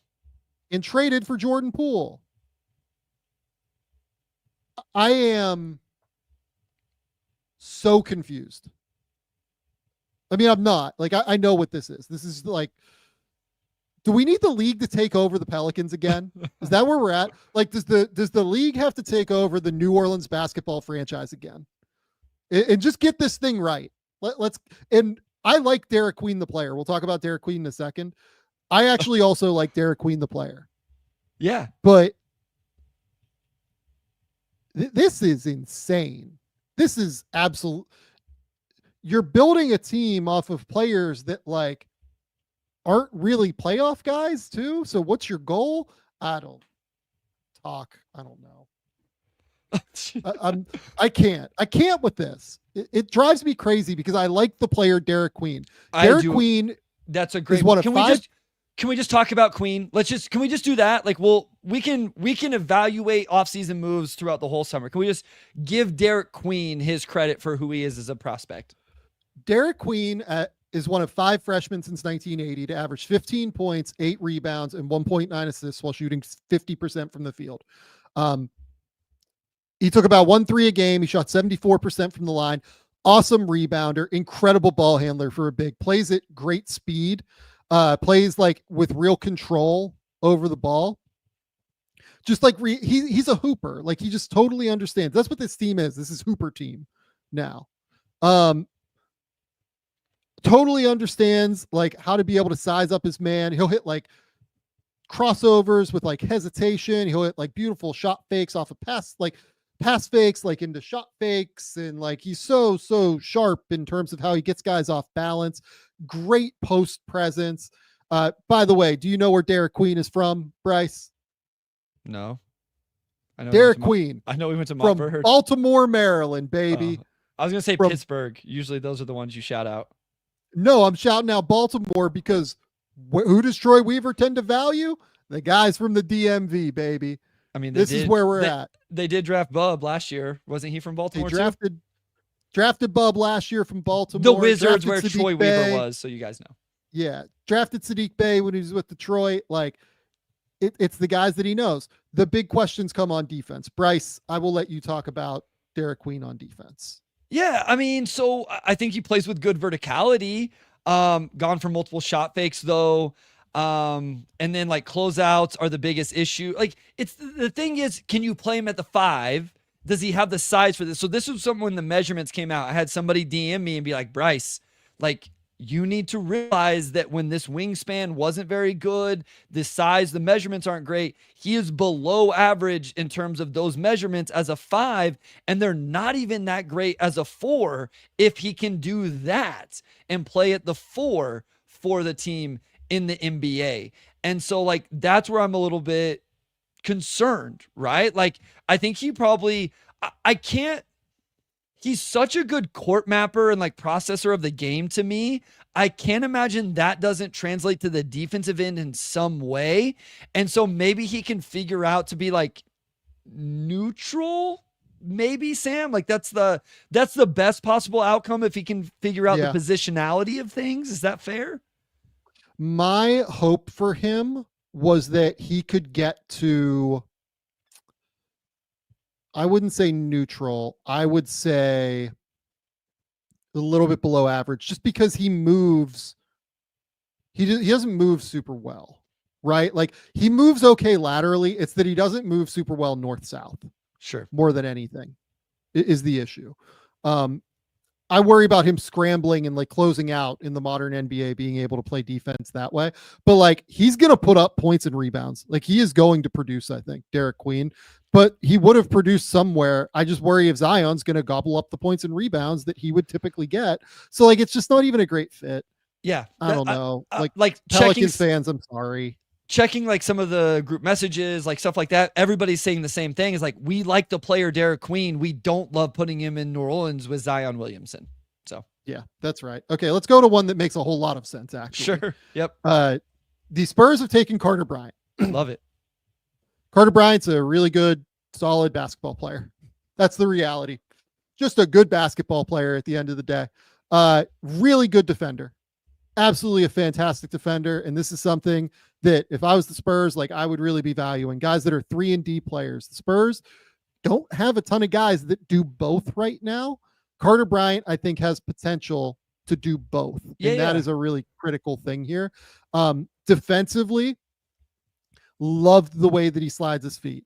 Plays with serious motor, has great switchability. They used him as a switch defender at Arizona to real results. Was comfortable guarding 2 through 4. They would occasionally use him like really at the point of attack to get into opposing point guards.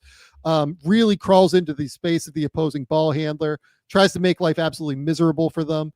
Does a really great job fighting over the top of screens. Gets skinny. Doesn't seem to get clipped on them a ton. Great defensive playmaker off the ball. His hands are always high. They're active. They're engaged. Always cuts off passing angles, contests jumpers at a really high level, 0.9 steals, 0.9 blocks in just under 20 minutes a game this year. And he shoots it 37% from 3 this season. Clean release on the jumper, gets into his rhythm at a really high level. Just a really good player, like really, really solid player that makes a ton of sense for what they want. I agree. I don't know that I have like crazy upside for Carter Bryant, but if you're the San Antonio Spurs, don't you have all the upside players you need in Victor Wembanyama? You have De'Aaron Fox. You drafted Dylan Harper at 2. I mean, just in terms of like early got teams that I think maybe my quote unquote winners. I mean, I had Dylan Harper at 2. I had Carter Bryant at 8, and they get him at 14. Like, I think they're the big winners right now in terms of the Egor Demin, Jeremiah Fears, those type of selections, and getting him at 14, just staying put. So I love this for them. You brought up the defense. I think offensively, he's just like an off the ball player that fits very, very nicely into what they need from him. Low volume last year. He didn't get a ton of minutes, especially early on. 46% on unguarded catch and shoot threes. And to me, that's what he's going to have to make. I think he's a good cutter. I think he'll be an impactful offensive rebounder. I think he can attack closeouts in straight lines. I don't know that he's like got a bunch of wiggle and stuff like that to his game, but in straight lines, I think the shooting mechanics are viable. I think his passing is like fine. I think he'll make quick decisions, keep it moving. And then you mentioned all of the defense, including the defensive playmaking. I'm a little less like sure on like the matchups. I think they'll have to be strategic with that. I think he's a little bit more limited in like guarding like true twitchy perimeter guys, but I think he has like versatility guarding wings and forwards fine for sure. I would agree with that. Okay, so we're through the lottery. What is your favorite lottery pick thus far? Okay. Let me look here.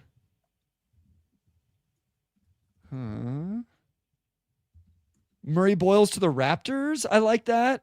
I like the one we just did. You know, the one I would have liked is Khaman 10 to the Suns. I would have liked that a whole lot more if they wouldn't have traded 2 firsts. Yeah, I agree with that. For Mark Williams right before it.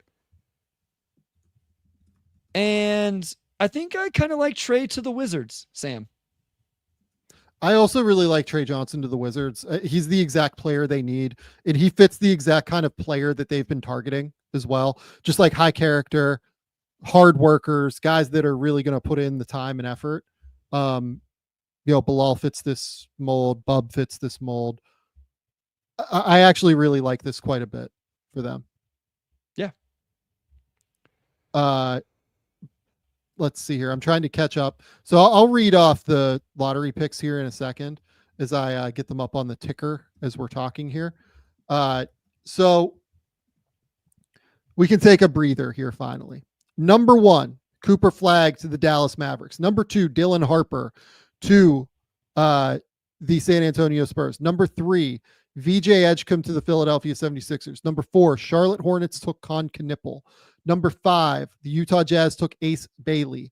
Number 6, the Washington Wizards took Trey Johnson. Number 7, the New Orleans Pelicans took Jeremiah Fears. Number 8, the Brooklyn Nets took Egor Demin. Number 9, the Toronto Raptors took Collin Murray-Boyles. Number 10, the Phoenix Suns have selected Khaman Maluach.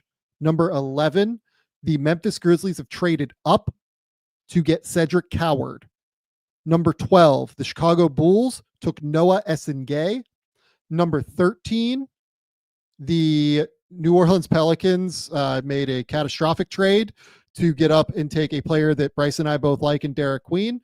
And number 14, the San Antonio Spurs have taken Carter Bryant, who is a guy that I have kind of felt like they liked the entire way. So now we're in like an interesting spot where with Oklahoma City at 15, I would guess they're going to go big. If you made me predict right now, I don't think this is going to be Kasparas. I think this is going to be big. Are you surprised they didn't have trade a couple up? options. What do you, because we talked about them like not making 2 first-round picks. Obviously, they're going to make this one here. You think they just trade out with the other one? Or stash, I would guess. Okay, yeah. true. It'll be that or stash. Yeah. Yeah, interesting that they're in this spot. Like, look, they can also try to move number 24 with like Ousmane Dieng or something if they want to. Like, there are a lot of different interesting players that I think that they could take. At number 15. Go through your board real fast, Sam, because that's what I was gonna do. Just like let people know who's best there. Players available is a good call. So at the end of the lottery, my best players available. I mean, hilariously, 12 of the players selected are in my lottery. It's just Fears and Demin that, aren't in my, top 14. My top 12 players are all gone. Yohan Berenjay is next. Danny Wolf, Thomas Sorber. Kasparas is still here. So Kasparas would be my best available.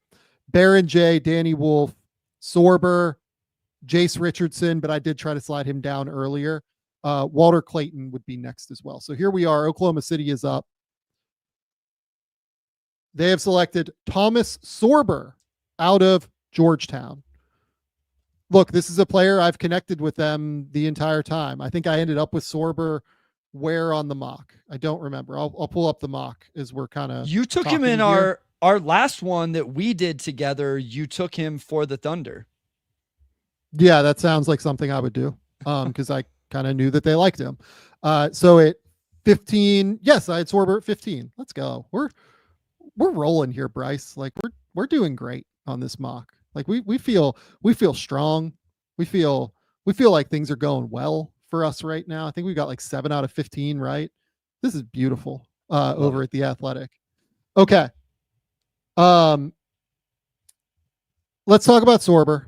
So big physical center, a little bit undersized at 6'9". Yeah. But 7'6" wingspan, which is something that the Oklahoma City Thunder have always looked for, length in terms of width, as opposed to the ability to, have strength. or like is the opposed to the ability to have height, right? Strength and length is what they look for more than anything else. Sorber is a very skilled reactive player who ticks a lot of the boxes that they really tend to look for. I think this is a great spot for Sorber because he still has some room to grow. Like there's a lot of development that's going to have to take place here, but he also is a perfect fit with Chet Holmgren. This is a player that they need because we've talked a lot about the fact that they're not going to be able to keep Isaiah Hartenstein past next season. And Sorber is a player that really profiles well to take like a gap year this year, get up to speed within the Oklahoma City scheme behind Jalen Williams from Arkansas, behind, Isaiah Hartenstein for a year, and then kind of figure this all out for them in the future. I love this with Sorber. I have him as a fringe starter, defensive-minded big, right? And so, like, you think about OKC, and we talk about defense all the time, and what they really value there, and that kind of tracks. And I'm interested to see what he finds offensively, like what ends up being the elite offensive skill. And if he can do that, then it's really, really interesting. But the defense is what I really appreciate. He can test with verticality. He'll use his left hand to block shots, his offhand. His length really contributes to disruption and playmaking. We'll talk about guys, not tonight, but maybe in the second round where length isn't being used the way it should be. And with Sorber, I don't think that that's the case. I think he really does that. He has a knack for the offensive boards, and I do think he can pass. And so I think that will be really interesting for him. Again, it's just like, what is the scoring? Like, does he develop a jumper? Like, what ends up being the offensive role and impact in terms of scoring the basketball for Thomas Sorber at the NBA level? Agree with all that. Completely agree with all of that. And I also am most excited about the fact that, again, this is the perfect landing spot for him. He's like a great kid, like an awesome human being from what I know. Like a truly tremendous, like really nice, like fun kid to be around. And Oklahoma City just like thrives with these like high character, high energy, really, really sharp, just kids that you buy into. Right. So, I will say that, like, he has not played a ton recently because he was dealing with the foot injury. I have heard that, like, going into some environments, like he looks like a little bit heavy right now, and being as heavy of a body as he has, right, it's going to take some work for him to consistently stay in shape. But I think that he will do it at the end of the day. Like, I think that in Oklahoma City, they will really, get him on the right track in that regard. They've done a great job at making sure that their players are all in like pristine shape. I think it's a perfect scheme for him. I think it's an absolutely perfect scheme and perfect situation for Thomas Sorber. Yeah, no, and we talked about this. You mentioned Hartenstein on the Oklahoma City Thunder offseason previews. We discussed like just adding some size and what that looked like moving forward. Kenrich Williams and Jalen Williams are still there, but we'll see. So we will see. The next pick is out there in the ether. Yeah, we will see what the reaction is to this one. I'm still collecting my thoughts a little bit. Look, we've had some wild ones. We've had some weird ones so far. We'll talk through it. So the other thing with Oklahoma City is they do like this idea of having two bigs around. I think that is actually like a critical piece of this as well, is making sure that they have the structures to be able to deal with Nikola Jokic. Thomas Sorber, look, I'm not sitting here saying he's going to come in as a rookie, deal with Jokic. Not going to be able to come in as a sophomore, deal with Jokic, certainly. He does have the kind of frame and profile to bother Jokic at the very least. And it will take many years for him to get there, but I understand the idea behind what they're doing here, at least. Yeah, no, I mean, I guess I had just kind of sold myself on that they were going to move up, and maybe maybe they were just happy with Sorber and the ball, the board was falling the way they wanted it to. Maybe this is why New Orleans had to pay such a premium to get up to 13, because maybe Oklahoma City was trying to get up to 13 as well or something. But I'm fine with this. I think it's good. Again, I like the defense. I just am curious what the offense ends up being. Yeah, I am too. I'm genuinely like very intrigued to see what that ends up being. Look, this is, I think we're into like semi-surprising territory for a couple of guys now, because I do not believe the pick at 16 is going to be either of these players. Kasparas Yakashonis and Johan Berenjay are falling a little bit more than what I expected, to be honest with you. And I wonder if that creates like a bit of a cascading effect on a few spots where like, does, a team that wasn't expecting to get Berenjay end up with Berenjay and they take Asa Newell? Sure. Right. Does a team that wasn't, it forces Asa Newell down the board? I mean, and then like, does Asa Newell going down the board cascade a different place? Right. Sure. Yep. And ultimately, with Demin pushing up the board and, obviously Fears, who we expected to go up the board, but it's going to be really interesting to see kind of how this impacts the rest of the board here moving forward as this draft plays out. Is there anyone you're looking at right now as, okay, let's try to like figure out where this guy's going to end up slotting in? So Kasparas is definitely the best player on my board that is falling or whatever. I had Berenjay kind of in this range. You bring up an interesting point with the guards going higher than what I thought. Oh, go ahead. I can tell by the look on your face. I love it. Yeah. So at number 16, the Portland Trailblazers have selected Hansen Yang from China. They've selected Hansen Yang from China. So Bryce, where do you have Hansen Yang on your board? I do not have him in my tier of potential first round picks. This would be my first strong second round pick tier player drafted tonight. I have Yang at 48. I for what it's worth, I have him a little higher, but it's the same tier, so it's not. I have him as like a pure stash. Okay. So genuinely like a special passer is a big man. Yeah. We're going to always start with the positives, right? 7'1" without shoes, 9'3" standing reach. Vision is like outstanding for any player, right? Like he really sees over the top of the defense. He also understands like how to manipulate players with his eyes and like make people move and like force them into like different rotations before hitting teammates.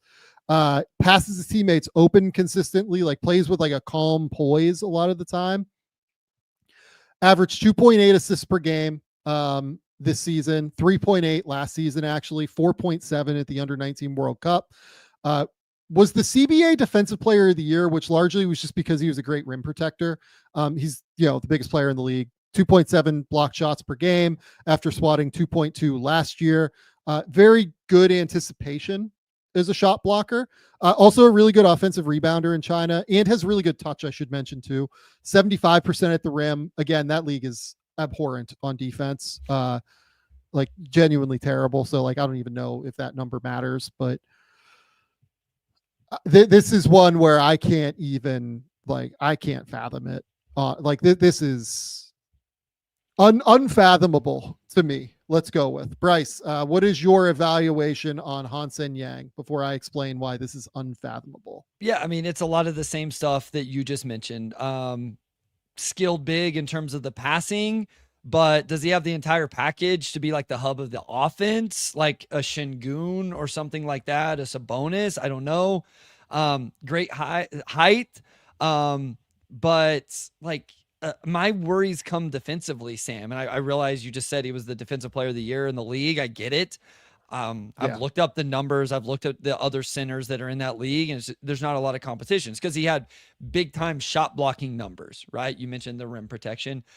I'm worried about like what you play him in scheme wise. For anybody who wants to, like, for Blazers fans out there right now, if you go over to the Motor City Hoops Substack, I have a Hansen Yang video breakdown because I actually thought he would be in the Pistons range at 37 on Thursday night. So if you want to get familiar with his game, I have like 8 to 10 minutes of a video breakdown. And I really look at the ball screen coverage where he plays in deep drop. He doesn't move that well. He gets his hips opened. Is he going to be able to recover and block those shots? And his team was playing a scheme where they were bringing help from the weak side into the ball screen action so he could just stay home on the roller, so he didn't even have to be involved in defending it. I have real concerns there. And this Blazers roster just at the center position gets even more interesting. So has really high hips, I think, first and foremost. It has like a real like strength deficit. Like you watch, like the guy that he gets compared to obviously is like Jokic or like a Şengün, right? Yep. Those guys play with like serious bend, and they play with like real, they have a low center of gravity, serious bend. They're ass kickers. The guys that succeed in this like archetype are total fucking ass kickers. Domantas Sabonis, Nikola Vucevic, like these guys are physical. They're powerful. Like they move people around. Hansen Yang like doesn't really do that. Like he's like a finesse guy, really doing that, right? Yeah. And then on defense, like doesn't move well away from the rim. I don't think he has a chance against guards. I think he has zero chance to defend on the perimeter in the NBA. Very stiff mover, like doesn't drop his hips super well. I think NBA guards are just going to leverage him super easily. I didn't love his pick and roll defense. I think he gets super hoppy and like gets caught in no man's land way too regularly. Doesn't use angles super well because of how slow footed he is. I just don't really see it, to be honest with you. Like I wish the kid the best because I think it'd be amazing to have like an incredible player from China in the NBA. I mean, sure. Like the NBA, like I think is really missing, a player from that region. I know how many resources like that area is put into basketball, and I would love to see him thrive and succeed. But I'm a little bit flabbergasted by this, and we haven't even talked about the fit. The fit is like completely bonkers and asinine. Like what are you gonna have Donovan Clingan and Hansen Yang play together? No, absolutely not. Like you can't do that. They will get demolished in transition. Like it won't even be funny how bad it'll be. So you took Donovan Clingan's backup a year after you took Donovan Clingan. Like even if you like Hansen Yang the player, and I'm for, like, if you like Hansen Yang the player, I'm completely like cool with that, and I understand it, and I'm glad that they traded back. Like if this was their plan, the strategy to trade back is very smart. But I really can't I can't understand this one from a team building perspective. Yeah, I mean, I know it's not like 2K where there's always an offer on the table to move back again. You just wonder, like, why, like, try to find another move back. Try to find somebody that wants to move up. Like, could you get Brooklyn to move up to 16? Like, even if it wasn't one of their other first round, like, just they continue to move back, recruit some of those second round picks you sent out in the Anthony Simons, Drew Holiday trade. It's just, and like you said, it seems tough to really love it, even if you like Hansen Yang, when you just took Clingan at 7. Like, he is capped as your backup center.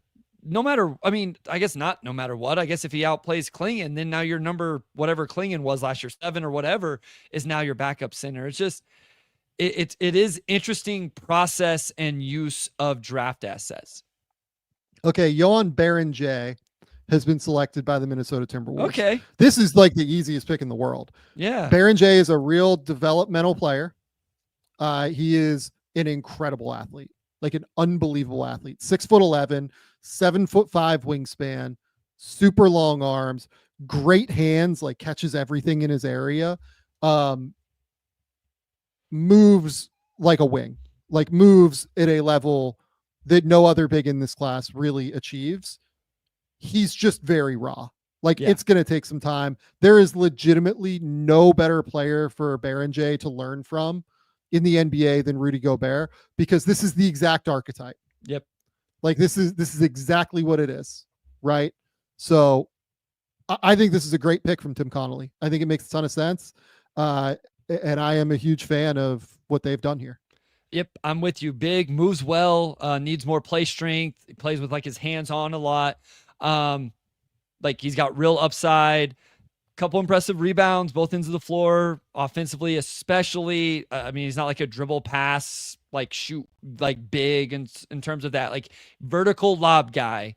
I think, had some footwork things in the lane. Maybe you build off of that, but then the movement defensively, I think that end of the floor is still raw, but like you just see the potential with recovery and the ability to have maybe some versatility in ball screens. Like, would you agree that maybe that's where him and Rudy are a little bit different? Like maybe he has a little bit of more movement along the perimeter. I don't know if it's like true switch ability, but maybe ball screen coverage versatility that Rudy may not on that end. Would that be fair, Sam? Totally.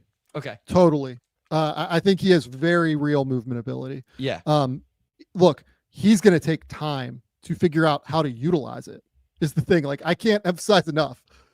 It's going to take some time with Baron J, because like you'll watch him and he just kind of feels like a baby deer out there sometimes, where like the limbs are kind of going everywhere and he's flying around, but then he'll make these like crazy instinctual rotational weak side blocks.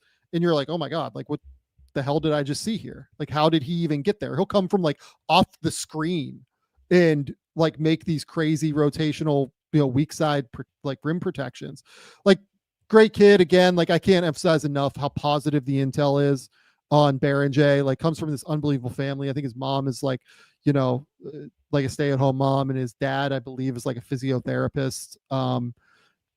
Moves so well. Like his parents are like physiotherapists, right? Grew up playing soccer and just like started playing basketball when he was 14 because he became too big for it. Right. Became too big for soccer. So like he joined Strasbourg at under 17. And then eventually, became good enough to where Cedevita recruited him. Real player, like a genuinely really interesting player. Someone asked, is Yves Missy or Baron J a bigger project as a prospect? I would say Baron J is a bigger project with bigger upside. Has way bigger upside athletically to me. Yeah. Moves drastically better laterally than what Missy does. I agree. Real quick set of the board: Kasparas, Neat Clifford, Danny Wolf, Liam McNeely, Asa Newell. I have Newell more than that personally, but Walter Clayton Jr.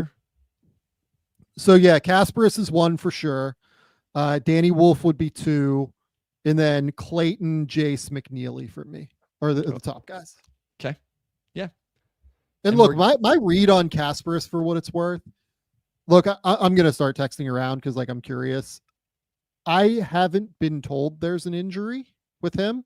I think that it might be a deal where it's just that he kind of slipped here being like the number 2 guy in a lot of spots. The spot that liked him, from what I was told, that remained on the board was Atlanta. And I think that when Atlanta like slipped out, it made it a little bit more complicated for him. And they're back at 23. So we still got a few picks. I would anticipate that one of these upcoming teams is going to take him. Maybe not, who knows, but I would guess, like, if you're Brooklyn, you take him. Go ahead. No, I was going to spoil. I won't. Shams.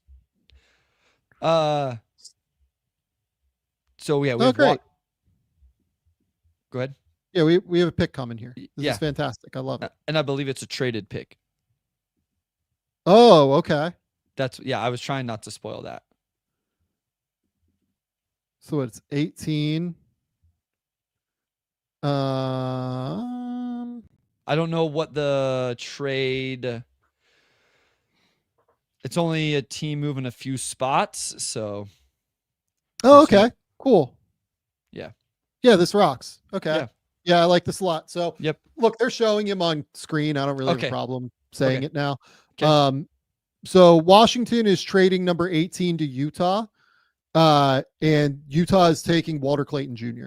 Yep. So again, like I just mentioned that I think Clayton is the third best player remaining on my board right now. Makes total sense.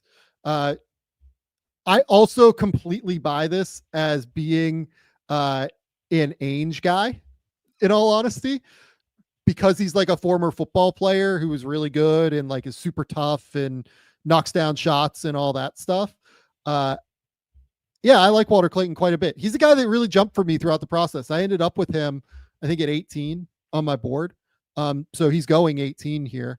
Real underrated athlete, like has great vertical bounce. That's true. Not like a prolific dunker or anything, but I really like the way he leverages his leaping ability to like explode through players and like kind of hang in the air a little bit.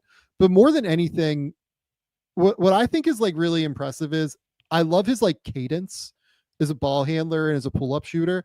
Like he plays like at this like a rhythmic, like bouncy cadence kind of, and it just makes him a threat to like pull up at any time, right? Like he's constantly off of 2 feet. I think it's just really hard to kind of get his rhythm down.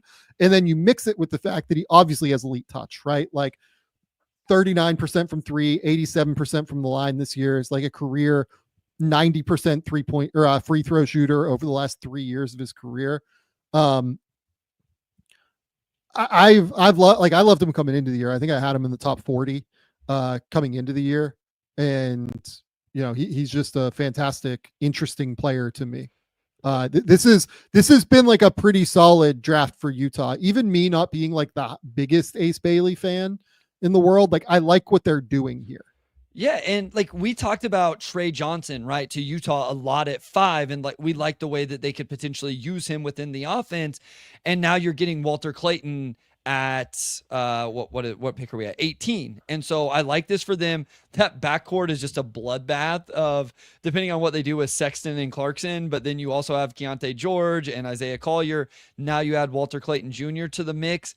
Just a real shooter, right? Like at the end of the day, that's what he's going to do. He's going to knock down, catch and shoot. He's going to knock down off screens. He took almost 200 3-pointers off the dribble last year and made him at 37%.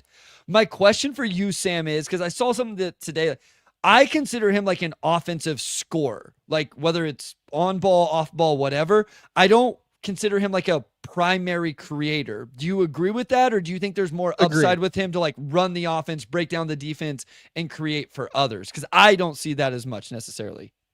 I think he is more scorer. I would agree with you on that. Like I see him a lot more as a, I'm going to get to my spots and score the basketball, as opposed to a guy that is consistently like the problem is the passing, right? Like he just doesn't read the court like crazy well right now.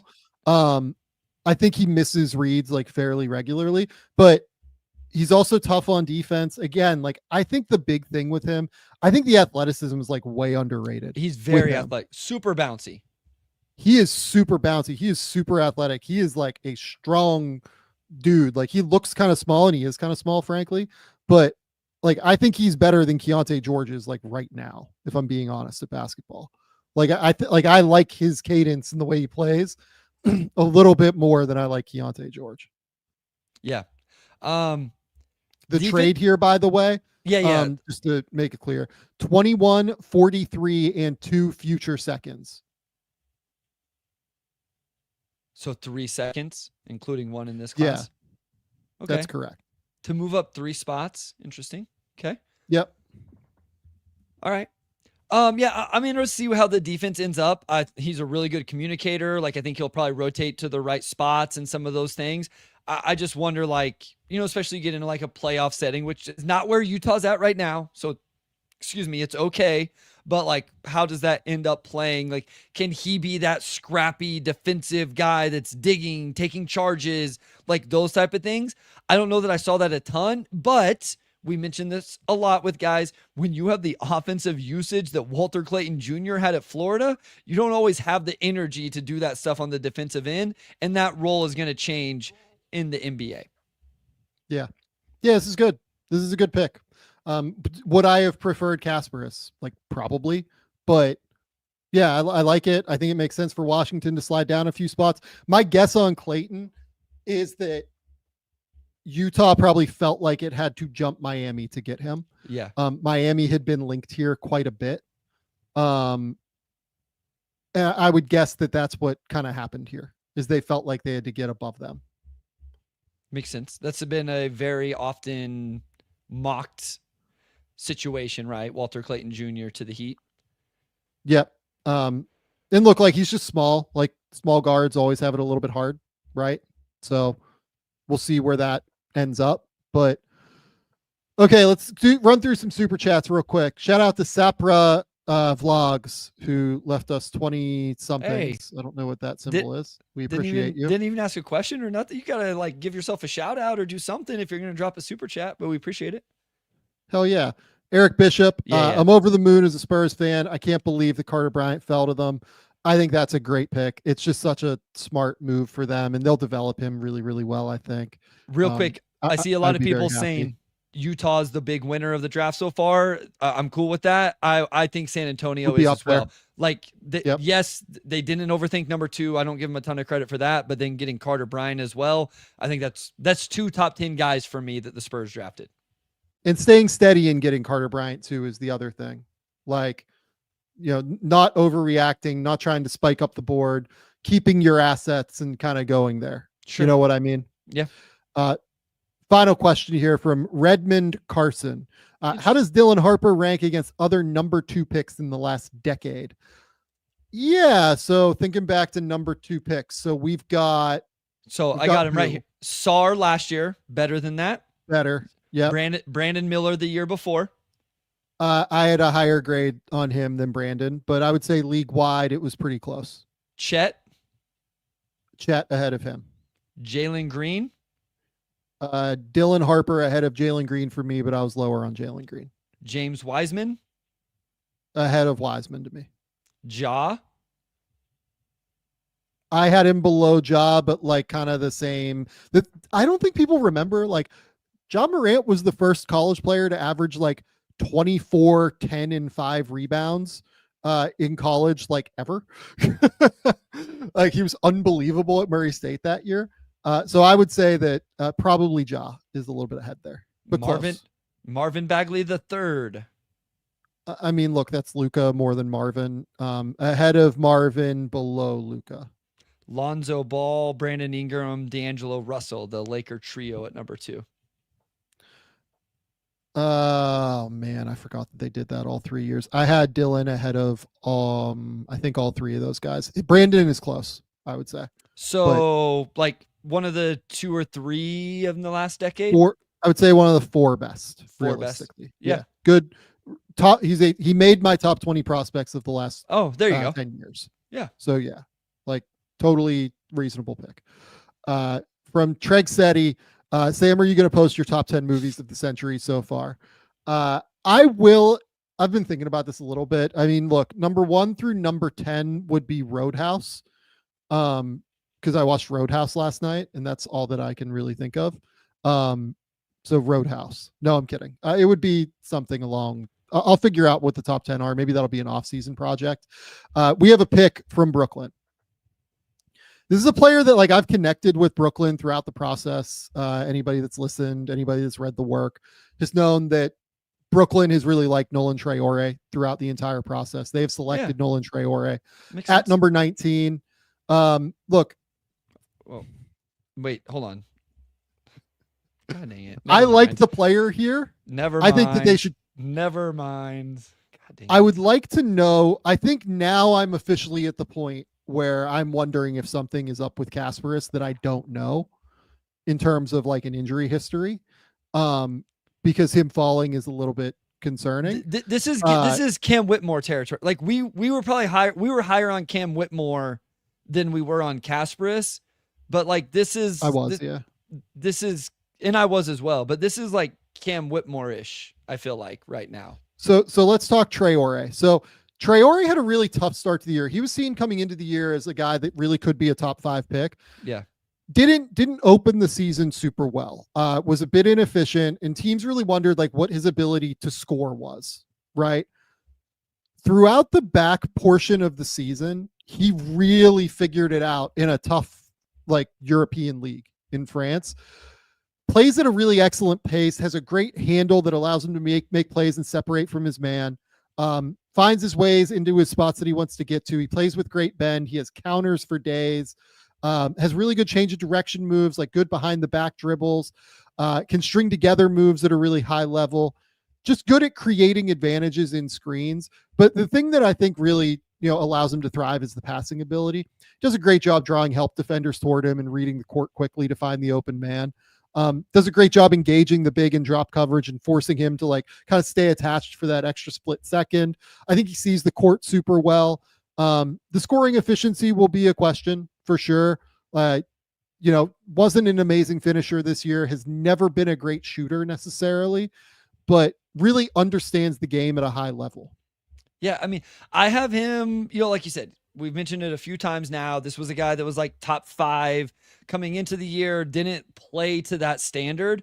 I still think he's a really solid backup primary initiator. I think this is a kid that comes in and he runs your team off the bench. And I mean, I guess one thing that we have said about Brooklyn is they needed guys to handle the basketball and create. And I mean, even though we kind of took, some we gave our evaluation of Egor and his ability to do that, they have gone that with their first 2 picks in terms of Egor, Demin, and Nolan Traore here. So guys that can handle the ball, run the offense. And so I think for him, that's something that he's going to be able to do. You mentioned the ball screen, that type of stuff. The interesting number with the shooting is he actually shot it on the catch really well. Especially on unguarded threes. But for a guy that's going to play as much on the ball as he is, the 2 and 3-point dribble jumpers were not positive this year. Positive assist to turnover ratio in a professional league as an 18-year-old up until May, whenever he turned 19. So you can take that away from it. And then defensively, I think the defensive engagement off the ball is okay, makes rotations, understood those things. I think on the ball was fine. I don't think he's going to crush you defensively. I don't know that it's some overwhelming positive for me. Yeah, I think he's a solid defender. Yeah. Basically. I think he's a solid defensive basketball player. He's Sure. not a great defender. It's funny. We're kind of setting up in The Athletic, what we're writing about tonight. And they're yeah, we just want to make sure that nobody's, trotting over territory, that, we're covering everything and nobody's overlapping. And both Hollinger and I are yeah, we will be demolishing the Pelicans. Real quick trivia, from our girl, Yes. Karithika. Sure. You say her name better than me. Hansen Yang is the 4th player in NBA draft history to be drafted in the first round out of the Chinese Basketball Association. Can you name the other 3? So Jean Leon. Yep. Yao will be the second one. Yep. Oh, and then which one is it? It's Moutier, right? Emmanuel Moutier. Yeah. Well done, Sam Vecenie. I was thinking if it was Brandon Jennings or Moutier, and it was it was obviously Moutier. Yeah, I mean, we're in a strange spot here. I'm kind of trying to text around to figure out what's going on with Yakashonis a little bit. Have gotten some mixed things that I don't really want to say yet, because I don't have it quite yet. So yeah, we shall see. I would guess that this is coming at some point, where he will be taken. I think there is a very real chance that, so for what it's worth, I will say this, I think I mentioned this on a show last night, maybe, he didn't get, I want to be very clear when I say this, this is not a serious injury, what he did, but he turned an ankle in a workout. I want to say in early June or so. I don't know the exact dates. But again, very not serious, missed a day or 2 of workouts or something. It was so small. Right. Maybe that just kind of threw it off a little bit. And I'd heard that he had one workout that was not particularly strong coming off of that. So it could be something like that, where maybe he just wasn't super impressive. Look, I'm the teams, like I'm texting with teams across the board right now. Like everyone's like kind of trying to figure this out. You know what I mean? Like we're all speculating here and we're not real sure. So it is interesting to try and figure out what's happening. It's here we go. So Kasparas has been taken by the Miami Heat. Fucking fantastic pick. Like Yeah. what a player to the Heat. First and foremost, like this is an amazing fit for them. Awesome basketball player, first and foremost. Great size for a league guard, 6'5" with a 6'8" wingspan. Doesn't have great athleticism, but he has great feel for the game. Changes pace super, super well. Very attack oriented mindset, right? Like always like playing hard, has a real motor. He's always engaged like with what's happening around him. Crushes the glass for a guard, but the big place where he thrives is in ball screens, right, Bryce? Like the ball screens are tremendous. Yeah. Again, I like his physical build. His height, he looks strong to me. And then, like you said, his ability to operate ball screens. I will say the turnovers were an issue. I think it's fair to bring those up and discuss those and critique those. I was watching a game recently. I was actually watching some stuff for college basketball next season, and those things were showing up. But there's some of that, but also the passing is really interesting. And I think, as we've mentioned, he's a guy that can play on or off the ball. And so the catch and shoot numbers are just good enough to feel like he can do that. He's an impactful rebounder for a guard. And so I think he comes in. I see Kasparas as like a third guard on a team. So like Miami, just like be able to bring him off the bench and play with Tyler Hero, play without Tyler Hero, like whatever he needs to do in that role. Yeah, and look, like what I love about Yakashonis is just I love dribble pass shoot guys. That's always going to be the kind of player that I love. You know what I mean? Like I love these guys that are capable of making high level passing reads. And what I really like about Yakashonis and why I think this is going to thrive in Miami is the ability to play both on and off ball next to Tyler Hero, right? Like he is excellent at playing in ball screens, yes, but where I actually really love Yakashonis is playing off of the ball. Yeah. And then cutting and then making decisions, right? Or playing off the ball, pump faking, driving and making decisions, right? Stampede cutting, making quick decisions. Finding these guys that can really pass the ball and make decisions quickly, I think are the guys that are just worth their weight in gold in the NBA. I am a massive Yakashonis fan. I think he's going to shoot it, especially as the role gets like downgraded a little bit. I think that he will really shoot the ball at a high level. So yeah, I'm a believer. I am a believer in Yakashonis. And at the rim, like the numbers are pretty good. So like, while he's not like the just crazy athlete, he was 62% at the rim in just half court. Like that's taking out transition. So I feel like whenever you look at those numbers compared to some other guys that we've talked about that went way earlier in the draft and like that, those I can get behind those. So I like Kasparas. I mean, again, we talk about winners, whatever. Like the Miami getting him at 20 is going to be a winner for me because, like, not that they did anything special, but being able to draft a guy that I had as high as like a top 10 player at 20 that really fits into what you do, especially being that third guard, that's a really good spot for Miami. Yeah, no, I think it's a home run for Miami. This is such a great landing spot for him. Yeah, I mean, Spo is going to know how to use him. Like Spo is going to understand what makes him like thrive and what makes this work for him as a playmaker overall. And look, defensively as well, it's worth noting, like I'm not a huge fan of the defense. Like I thought that he struggled to deal with screens. Like he got clipped on screens all the time.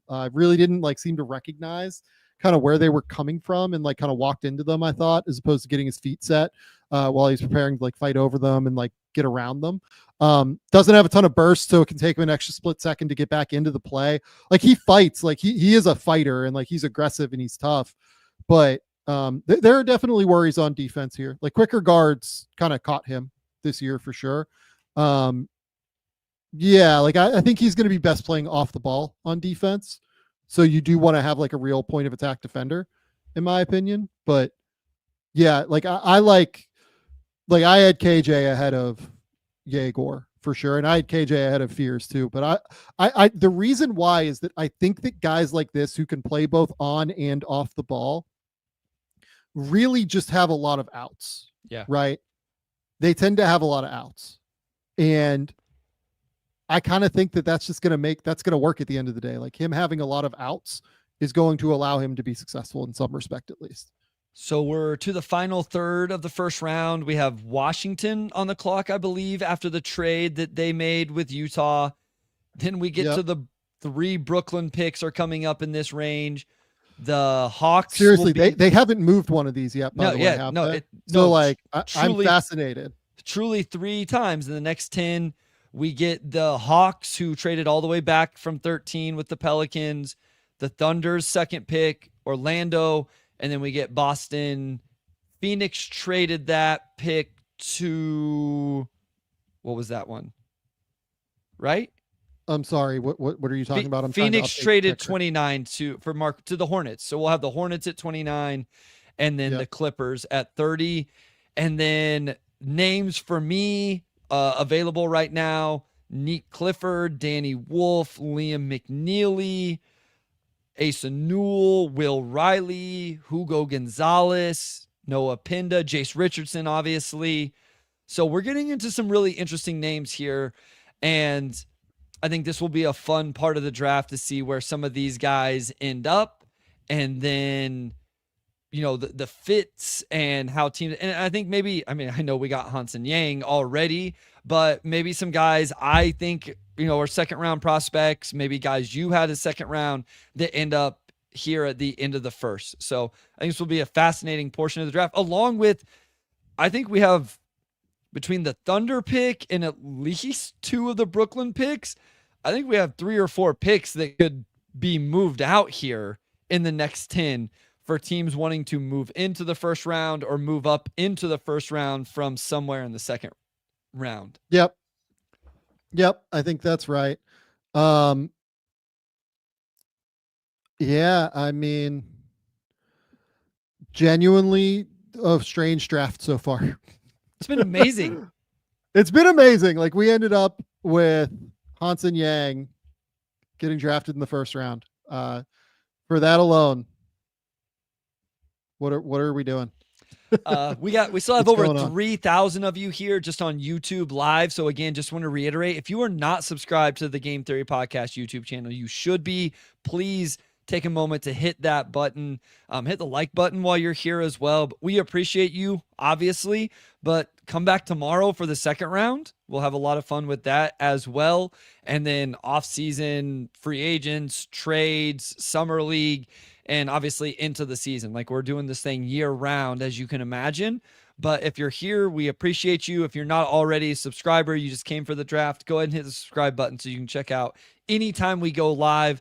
And if you don't know, we have off-season previews for all 30 teams under the videos tab. You can go check those out after this draft is over. Will Riley is the pick at number 21 for the Washington Wizards. Nice. Yeah, a player that I really grew on throughout the process. Like, I thought I was going to have him like in the 40s when this thing started. I was not a huge fan originally, but the more I watched him, the more I like understood it a little bit more. 6'8", close to a negative wingspan, about even wingspan, right? Not super explosive or physical, but he's very coordinated and balanced for his size. Very skilled offensive player, just has really good feel for the game, understands how to cut backdoor, understands how to move without the ball, uses the threat of his jumper to get into his on-ball game. Just got more comfortable with the ball as the season progressed. I like the fact that he's a real like finisher and driver more than anything. Like, he really figured out, despite the fact that he played at like probably 175 pounds this year. Yeah. How to like slither into the lane. He takes direct lines to the basket as a finisher, which I love. Like, there's none of this like Jalen Green VJ Edgecombe, Ace Bailey, like those guys like lean away from the rim. He goes in straight lines directly to the basket. He goes into guys' chests and figures out how to score, right? 60% of his attempts at the rim made them synergy on nearly 3 attempts per game. The key for me is that I really worry that he's like a next team guy. Yeah. Because he's just not there physically right now. Like he's just not all that strong, which worries me quite a bit. And given that he's not all that strong right now, I wonder how well that works in the NBA, in addition to the fact that he is actually also not a great shooter yet. Yeah. He has potential to shoot it, and I think he has real touch, and I think he will get there at some point. But I worry that he is not quite there yet as a shooter. The mechanics are wildly inconsistent. The base is wildly inconsistent as a shooter. But you know, there is touch there at the very least. Yeah, I don't mind Washington continuing to like take. This isn't a swing. Like you're at 21 and you traded back and got some extra seconds or what. I believe that's what they got, right? So I don't mind them continuing to add like these wings and taking flyers on it. And seeing who pans out. I have him as an advantage exploiting wing. I am really concerned about how skinny he is. I know people will try to tell you, whatever, that, you know, adding strength is low hanging fruit. I don't personally subscribe to that. I don't think it's just that easy all the time. And so I think that will be very important early in his career to add that strength onto his frame so then he can figure out how to move and play with that once he develops it. I like his passing for the role he's going to be in. I love his off-ball movement, his cutting, even being impactful as an offensive rebounder. Just real offensive skill level, nuance, creativity, can score in a variety of ways. Defensively, I think he has length, recovery potential. I think he's going to struggle on the ball, and I think specifically because of that strength. Like, offensive players are just going to bump him off the line when they attack him off the bounce, and I think he's going to struggle to hold that. So I think first and foremost, developing that strength is the foundation for him being successful in the NBA, then consistently hit jump shots, and then that all-around part of his game could really flourish. So if I remember correctly, this is whose pick is this at 22? This is Brooklyn's originally. This is one of Brooklyn's. It is one, but it's the deal. It's the one that got traded to Atlanta, or no. It's the one Atlanta traded to Brooklyn. Yeah. Okay.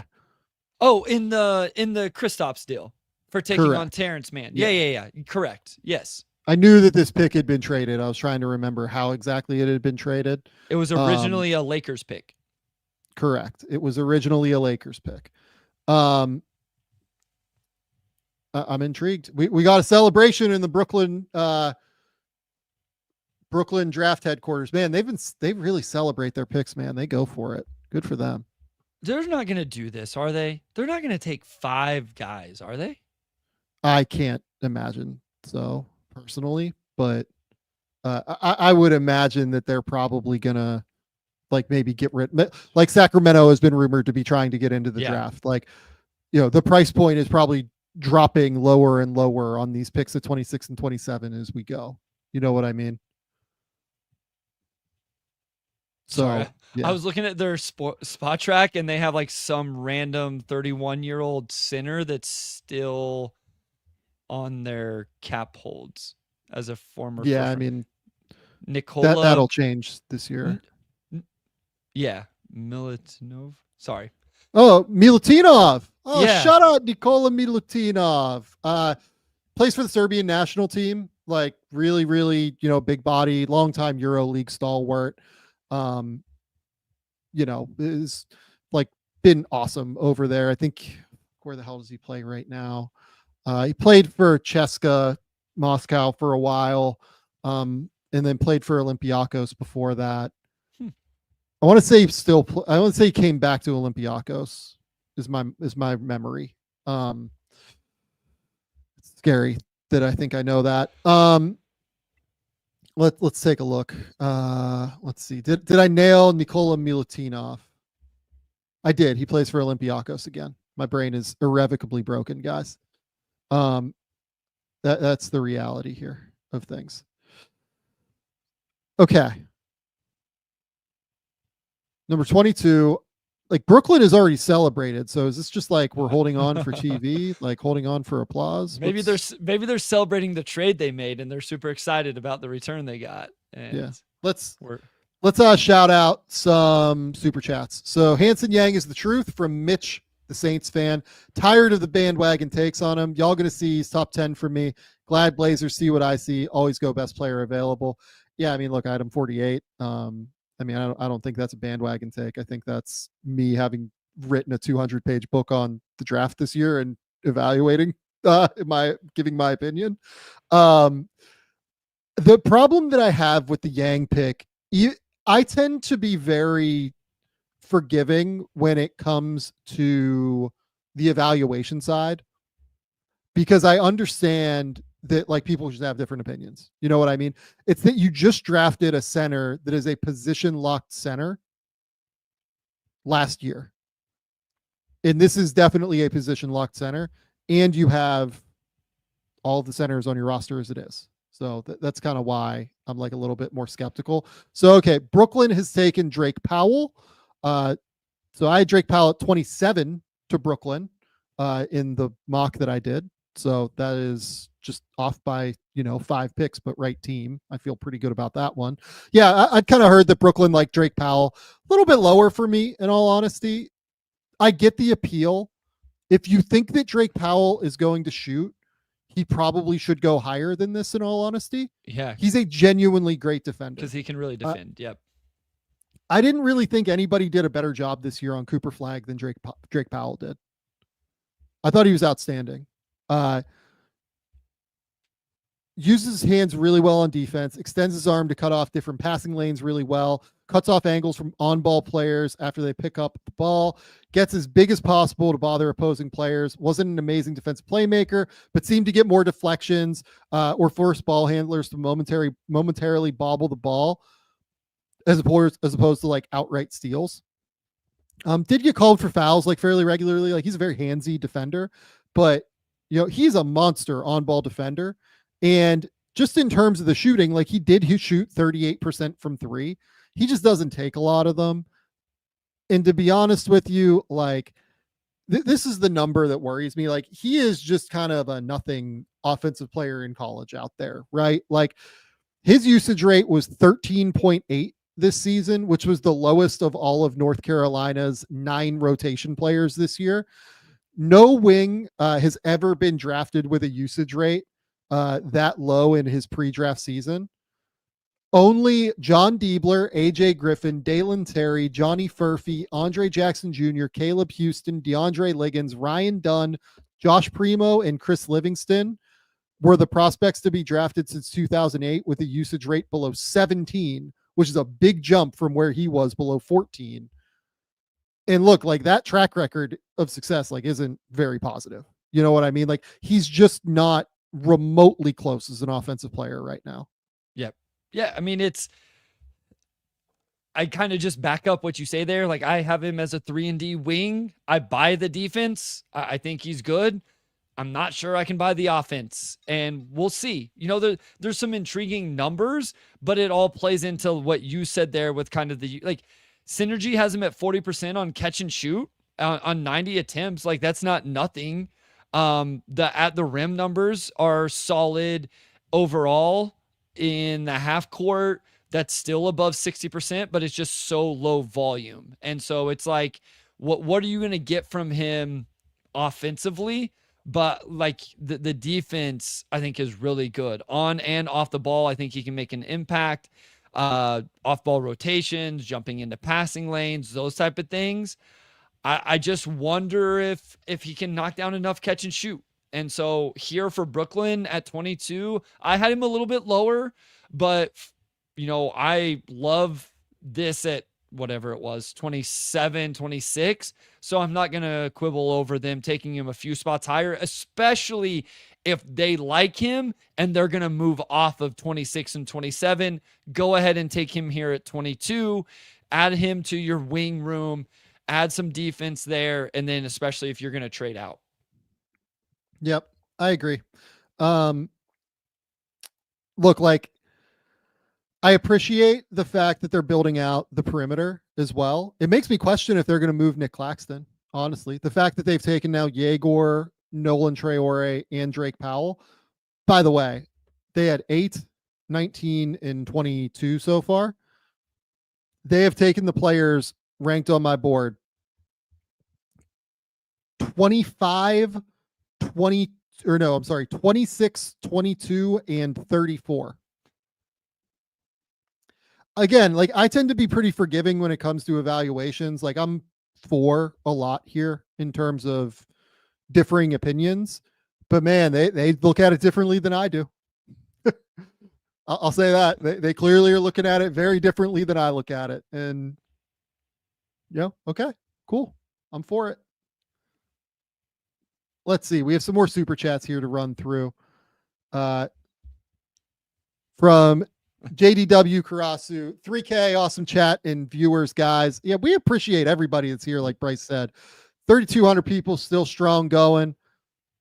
Thank you all so much for coming to rock with us tonight. It has been such a fun night, such a weird night, honestly, given some of the weird falls. When this is happening, like, my brain still hasn't like kind of comprehended like the Kasparas thing yet. It still hasn't comprehended like a few of the things happening. And by the way, we have another pick here that is forthcoming. This is the Hawks, I believe, that are up now. Thank God we don't have another Pelicans pick. I'm still trying to like wrap my head around the big picture of it. I'll have something up at the Athletic later. But thank you all for coming to hang out with us tonight. It's been so great. From Collin E, great job on the live stream, guys. Any thoughts on where Liam McNeely goes based off of how the draft has gone so far? Yeah, honestly, so I ended up with Liam Ware at like 20 or so. So like, not out of the question that he's here, right?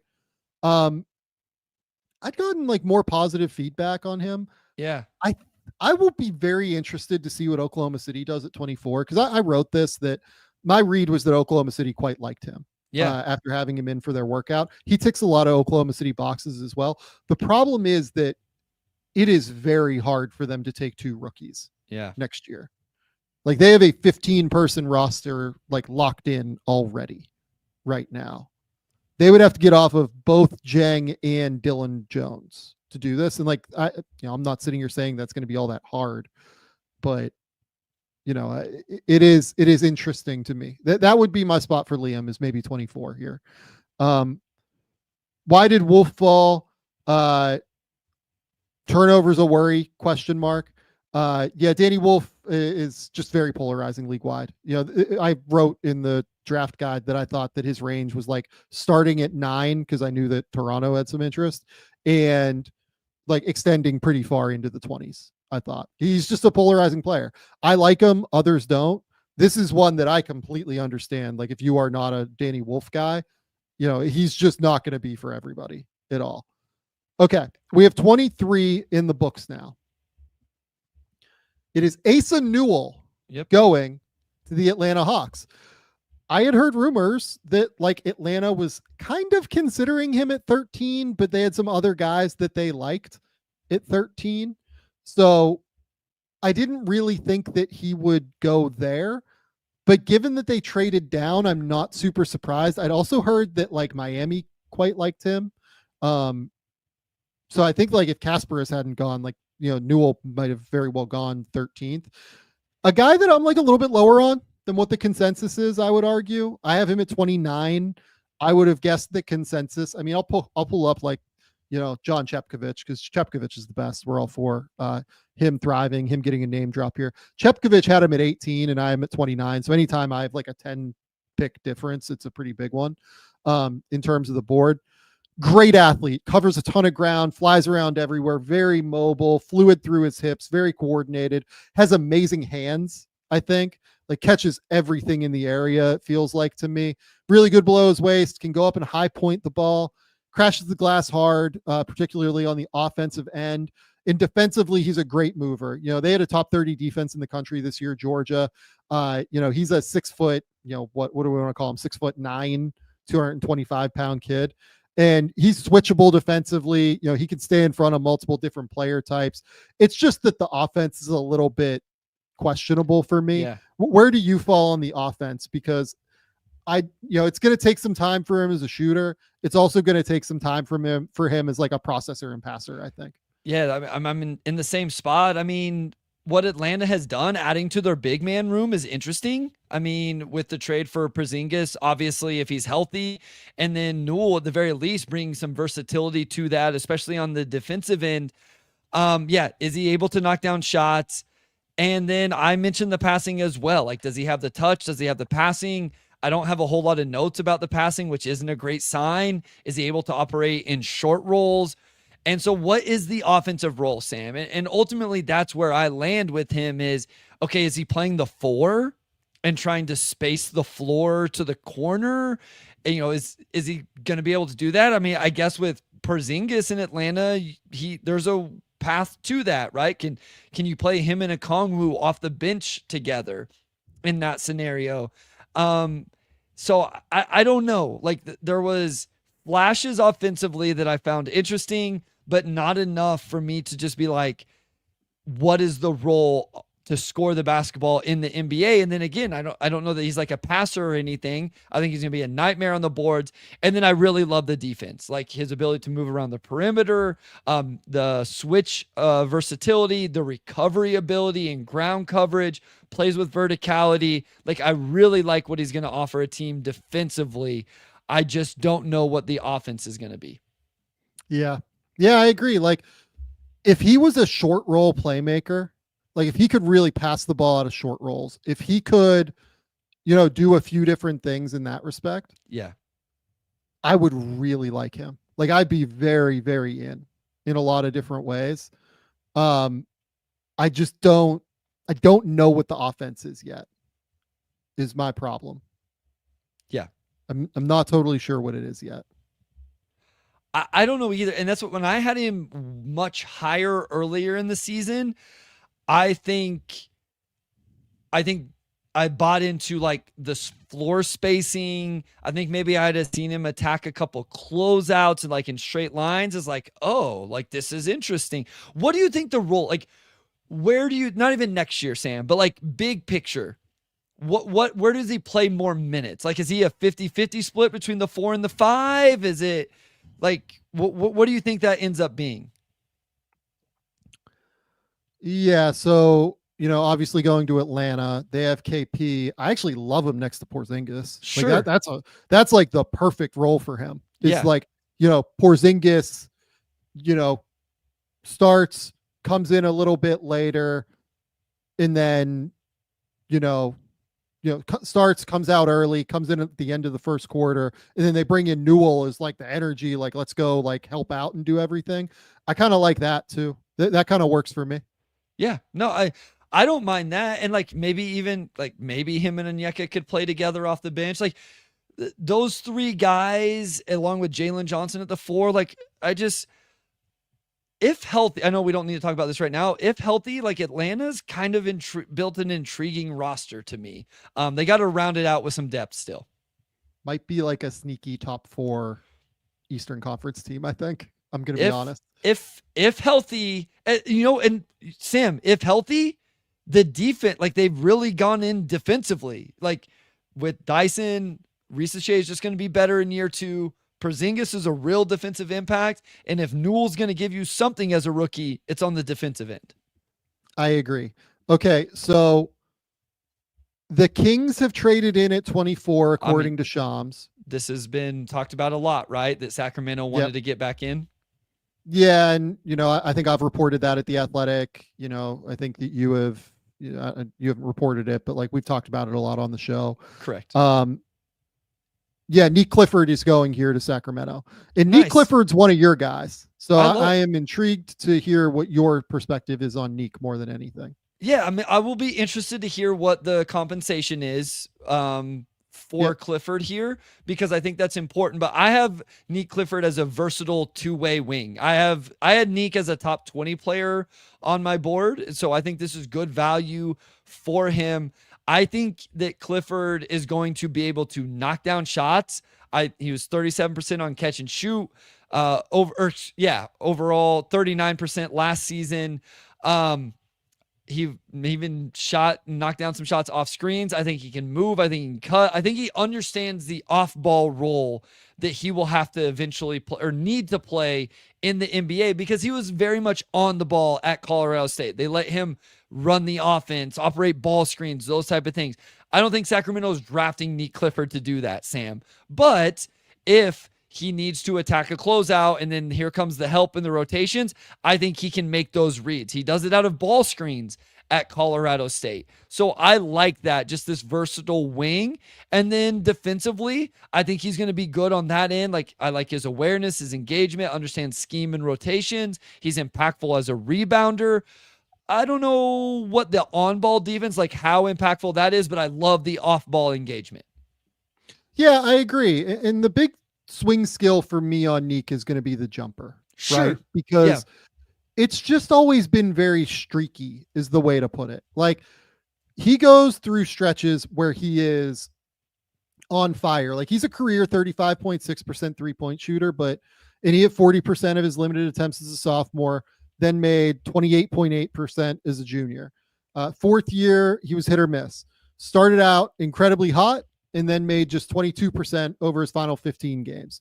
This year, Clifford made 6 of his 9 first threes, then shot 29% from 3 over his next 100 3-point attempts, then drilled 58% from 3 over his last 9 games, right? It just gets like a little bit hitchy from time to time. Sometimes it looks clean, sometimes it doesn't. And if he doesn't shoot it, I feel like that's where it gets like a little bit questionable for him in terms of the offense, because you're talking about it, him transitioning into an off-ball role. Yes. Right. Yep. And that would be, that'd be tricky, I think, is if he's transitioning into an off-ball role and can't shoot, that's where it gets like a little bit tougher to nail down. I agree. The one thing I will say is, for a guy that played a lot on the ball at Colorado State, in the possessions he played off the ball, I thought he understood how to play off the ball. Like, I don't think he's going to get to Sacramento and it's going to be foreign to him when he needs to cut and where he needs to relocate and those type of things. And I think the on-ball usage will be a very much a plus. It just obviously has to knock down shots if you're going to be playing off the ball as much as he is now. Yep, I think that's right. Okay. Here we are. Someone said, can we compare him to Tristan da Silva? Very similar players to me. Sure. I liked Tristan a little bit more because he's a little bit bigger. He's a little bit better of a shooter. But I think Nick is a better passer. I think Nick is a little bit better defensively. Similar defensively in that, like, Tristan's shortcomings defensively were going to be on the ball, but was going to be solid off the ball. I think Nick will be similar, but yeah. Yeah. I think that's true. Yeah. I think that's where I'm at. I think Nick's just going to be like a little bit better defensively than what Tristan's not a bad defender. He's just a good positional player defensively. Whereas Nick is like a little bit more like disruptive, I feel like, in terms of what he's doing defensively. I agree with that. I think Nick will be more disruptive. Yeah. I'm trying to figure out what Sacramento gave up here to get in here. I don't think we have that quite yet, which is interesting and somewhat terrifying to me, but we'll find out. Bryce, talk amongst yourself. The pick is in. Hold on. We have the pick in. I was going to update the feed, but let's see. 25th pick. Adam Silver is up there. This is Orlando. The Orlando Magic have taken Jace Richardson. That's good. Very, very good. Glad Jace is off the board. Good, like a worthy player that should be off the board. You know what I mean? Like a very real, terrific basketball player. Now, look, it's like it's public knowledge, right? So I don't really have a problem saying this. When Jace was younger, he had like an issue with his knee. It was his right knee, right? Like, this is all very public information. You can go back and like literally Google like Jace Richardson knee, right? And from what I understand, like there were a couple of teams that got some There were a few teams that had some cold feet about it. He was not flagged everywhere. He was not like, it was not a thing where, you know, it was a huge deal, but you know, there is some consternation there about the knee in some respect, which is why he ends up going 25th instead of, you know, in the teens, which is where I think many people expected him to go. Jace is a, you know, terrific basketball player. He just understands how to play at a really high level. Really good off-ball mover. Really good as a catch and shoot player. Drilled 41.2% of his threes this year. Was lethal off the catch. 46.3 off the catch this year. Tremendous shot base. Great shot prep. Understands how to move off of off-ball actions. Gets his feet organized at a high level. But what I love most is that when he drives, he is great at just navigating bodies on the interior. He is really good at setting up different kind of moves and being able to force defenders one way, open up just like the tiniest little crease, and then going from there. I think he can really shoot it. Like, that's where it starts with him. Let me ask you, how worried are you about the left-hand stuff? Because like, it's very left-hand dominant with Jace Richardson. And I don't think it's even just like driving right, finishing right. It's also like, I think it hinders his passing in terms of like being able to get passes off whenever his body is a certain way and it requires a right-hand hook or a right-hand whip pass or something like that. So I think that is something that he will have to really focus in and hone on. I'm also kind of interested like what the role ends up being. Like, is it a little more on ball? Like, do you think he has on ball juice? Is it mostly going to be off ball juice and then attacking closeouts in that way?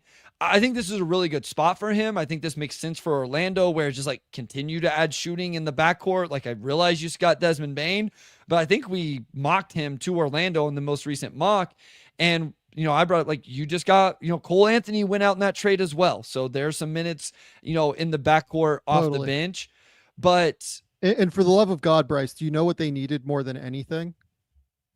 Shooting. Yeah. This team needs shooting. And the reason that I actually love Jace for them more than anything is because of the way that he plays off of the ball. He is great at running like zoom actions. Like, you can run some really fun, creative sets for him in terms of being able to, you know, utilize Paulo Banchero and like dribble handoff rejects and things like that if you want to. Like, you could get really fun with Jace, I think. To answer your question about the left hand, yeah, it's a real issue. Like, we talk about like zoom actions and dribble handoffs, right? Like, he'd run them most of the time. Michigan State was very intentional with its court alignment. They'd start him in the right corner and he'd come up to the left, get downhill with his left, right? Occasionally they would start him in the left and he'd come up, and theoretically, when you take like a dribble handoff, you're supposed to be going to your right, ball in your right hand, right? It would be weird where like at times he would like kind of put the ball in his left hand and be like, wait, I want to get back to the left. Oh shit, no, I can't do that. Like, and you get kind of tied up a little bit. So the left hand thing is a real thing. I don't know if I saw him like make many passes with his right hand this year, just point blank, but can make real live dribble left hand passes. So it's a factor for sure. Yeah. And then I think he's going to fit in, like, defensively, he's solid there. Like, the size is going to be something, which is partially why he ended up going where he went. But I think he can navigate screens on and off the ball. I think he moves feet, gives his chest, his off-ball engagement. Like, that's going to, in Orlando, you better guard if you want to get on the floor. And so I think he helps that as well. Like, you thought, what does Orlando need? Shooting without, like, compromising the defensive identity they have there. I think at 25, this is a really good spot for Jace, and I think it's a good pick for Orlando.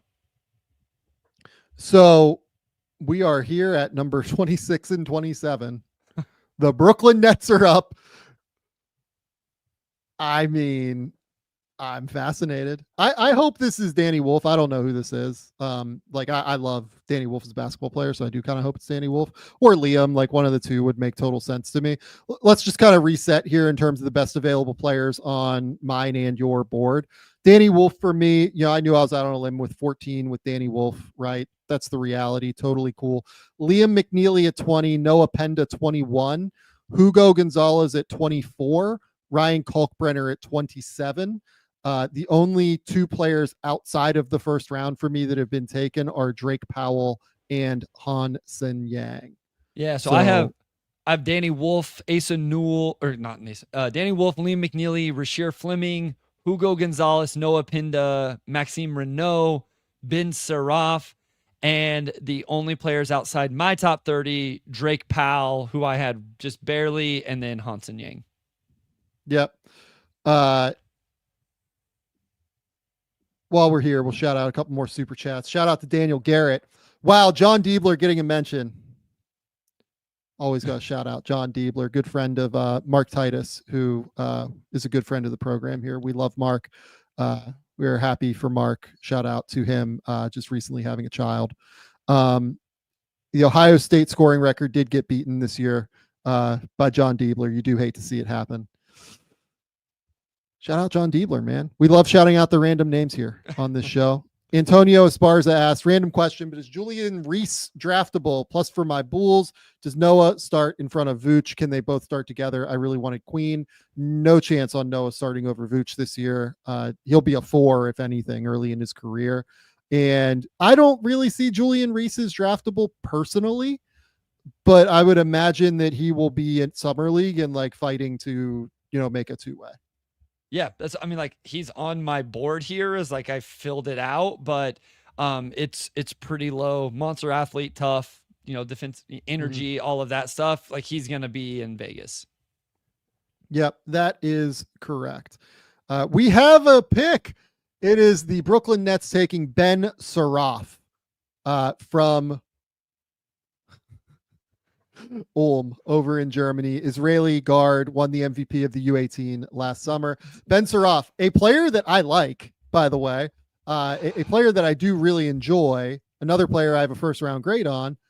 I think this is a stash for what it's worth. If you maybe bet, thank God. That's why they did this, is because he's a stash. But look, not like 1,000% a stash. I want to be clear with that too. But there were talks with teams ahead of the draft that he might be willing to stash. But with Saraf, it's another point guard. Egor, Nolan Traore, Ben Saraf. All three. Yeah, all three. I mean, they play the same position. They play the same role. What are we doing here? So the theme of the night for me is these teams that are just like doubling and tripling down on the same players, right? The Suns in a 5-minute span traded 2 first-round picks for Mark Williams and then followed it up by drafting Khaman Maluach. And now Brooklyn, with their 5 first-round picks, have taken 3 guards that you just outlined right there. Demin, Traore, now Ben Saraf. Listen, I love Ben Saraf. Like, to be clear, I had Ben Saraf silly high at one point in this cycle. The percentages never played out the way to keep him there, but I still think he's one of these guys that creates as much separation as anybody on the ball. And I think that's really intriguing. You just got to be able to knock shots. Like, this is more intriguing to me if he does stash. Like, you might as well, if you're bringing Traore over, and obviously Egor's going to be there. You can't develop 3 young guards at one time. Like I'm not trying to disrespect the Nets, Sam. I don't see how an organization prioritizes 3 first-round guards at one time. I think it's one of those deals where it's just really, really hard as much as anything. Like, yeah, it's just really tricky because in this one particularly, like, look, I don't know if he's stashing. I can't sit here and tell you for sure if he's stashing or not. But like, I just don't. Maybe you just like the asset value.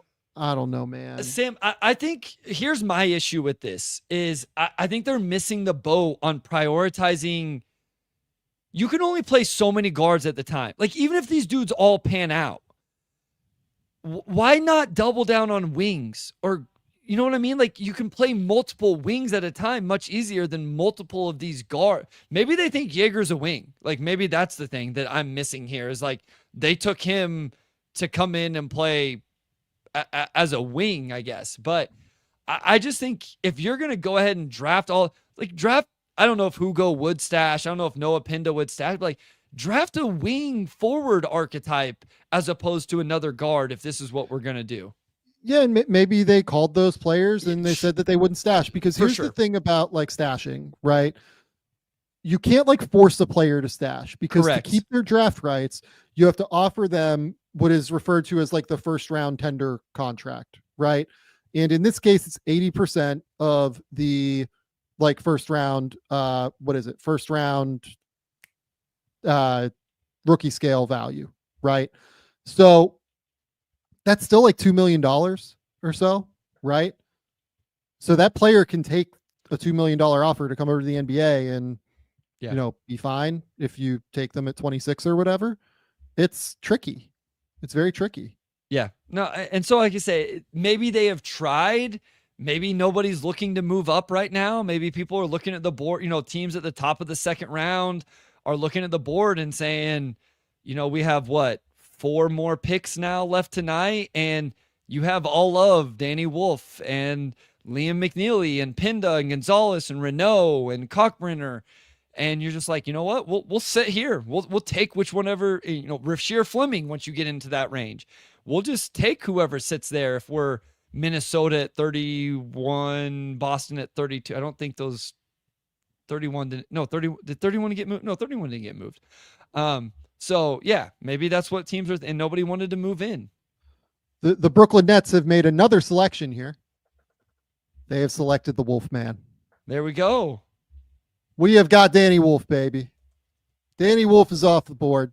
To be clear, Bryce, Danny Wolf, the Brooklyn Nets' 5th first-round pick of the day. Highest rated on my board.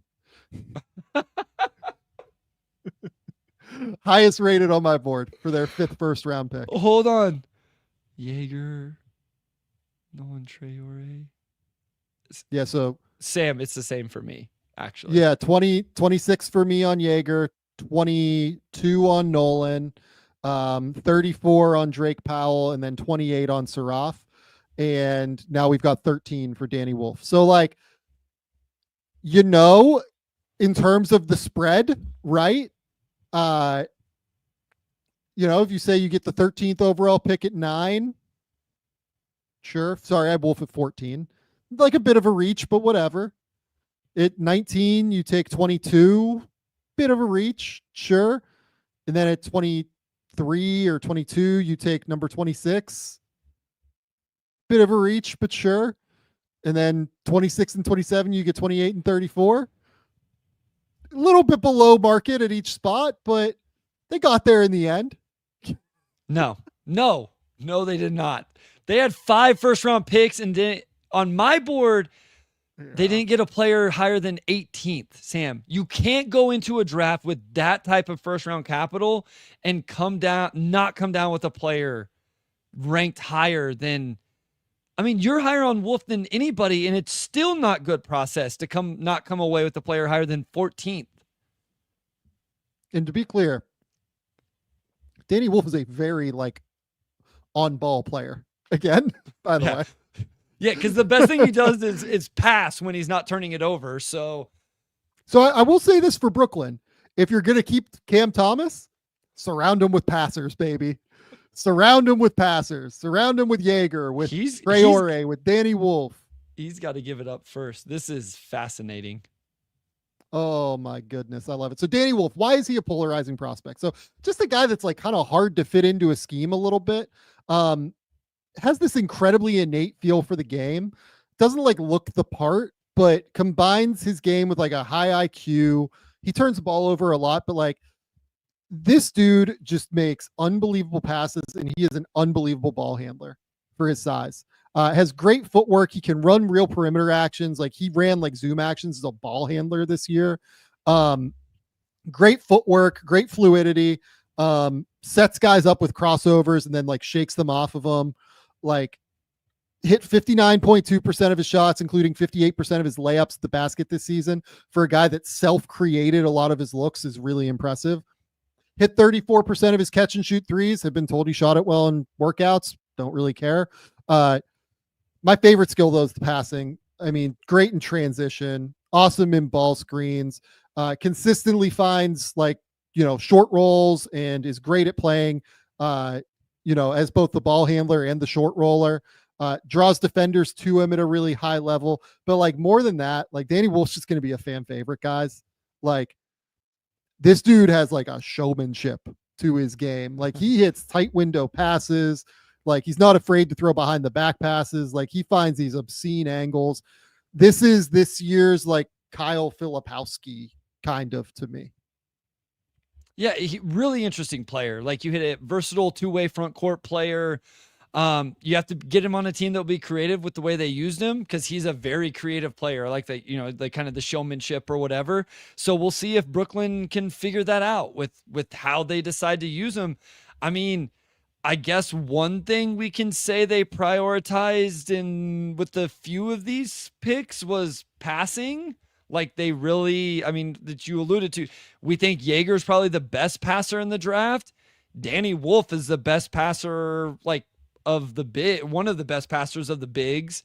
Traore passes and moves the ball well. So yeah, real offensive versatility, can do a lot of different things. The turnovers are an issue. What did he have? I mean, it was like three a game last year at Michigan, 3.2. And even the year before, so he's a transfer from Yale, averaged 2.3. Now he still has a positive assist to turnover ratio because he, creates opportunities for teammates. Shooting is worrisome. Where's your confidence level in that? 59% from the free throw line this year, Sam? I know you mentioned the workouts and all of that. I will say this, like the free throw line thing is weird because he was a 72% free throw shooter at Yale as a sophomore. Yep. I don't know, man. I like the player though, and I think he's underrated on defense. Like he can move his feet better than people think. He moves like well. They switched with him last year on defense, just like straight up. Let's move on now. We have another pick, Boston at 28. They have taken Hugo Gonzalez. Okay. Which is a really interesting pick to me. A really genuinely interesting pick to me.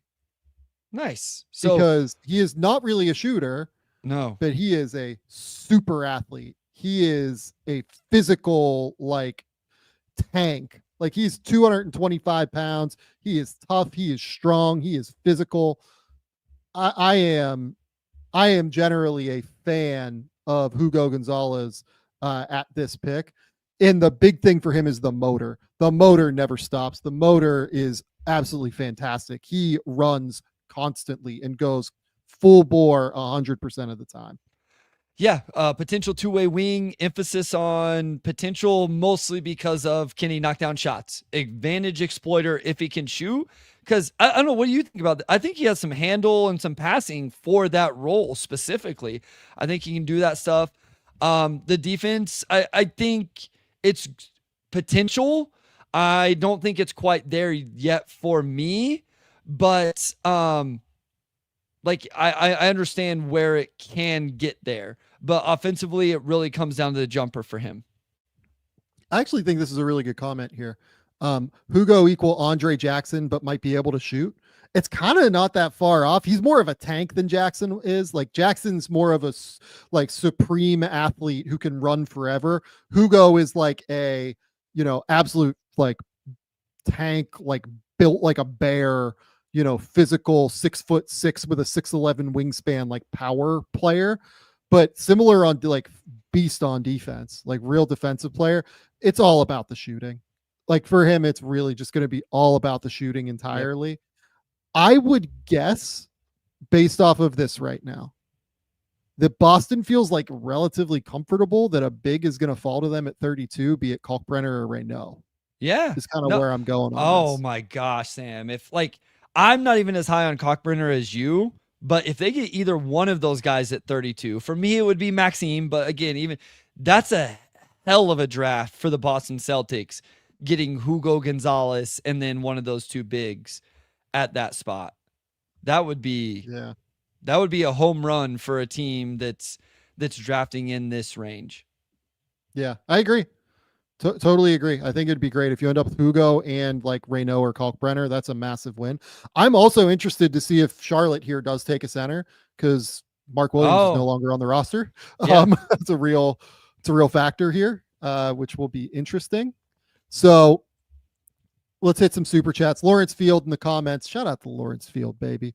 Thunder are receiving a 2027 Kings first round pick that is 1-16 protected, or it immediately converts into 2 second round picks. Also, Bryce, I hope your lawn stays the best in town and your crops are bountiful. I love it. Nice, Lawrence. Shout out to Lawrence, baby. We've been wanting to know what the Thunder gave up. Yeah. Or the Thunder are getting from the Kings. That's a reasonable, I think, move across the board. I'm surprised it's not like 3 second round picks as opposed to 2, but yeah, it's a completely so just a 1 year protection on that, not one of those that's like 16 protected and then goes down to 14. It's just the 1 year.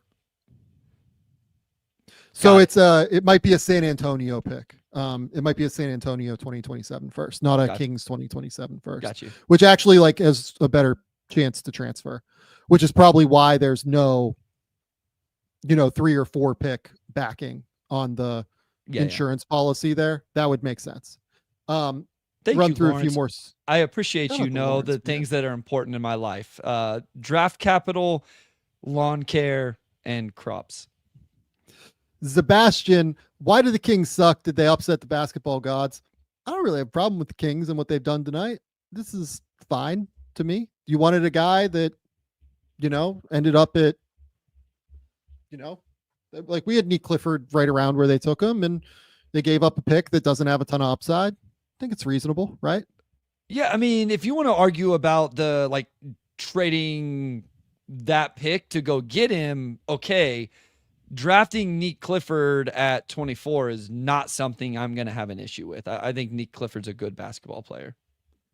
From Roy Zhang, Nets are committing player development atrocities. Look, it's not ideal. It's not ideal what's happening there with how many on-ball players they now have on their asset list. From Noah Burkito, thanks for a great stream, guys. How can the Raptors keep this roster together after drafting yet another non-shooter? It's a fair question. I think they care way more about the dribble pass shoot stuff, or dribble pass stuff, than they do about the shoot stuff. I'm sorry. I think that if you have guys who can dribble, pass, and cut, the spacing can kind of solve itself, but just not perfectly. Yeah, no, I mean, we've talked about this roster. I feel like Raptors fans yell at us whenever we bring it up that like the nice thing with Collin Murray-Boyles is he's very much an off the ball player. He just doesn't space the floor yet, but he can at least like short roll and finish. And what happened?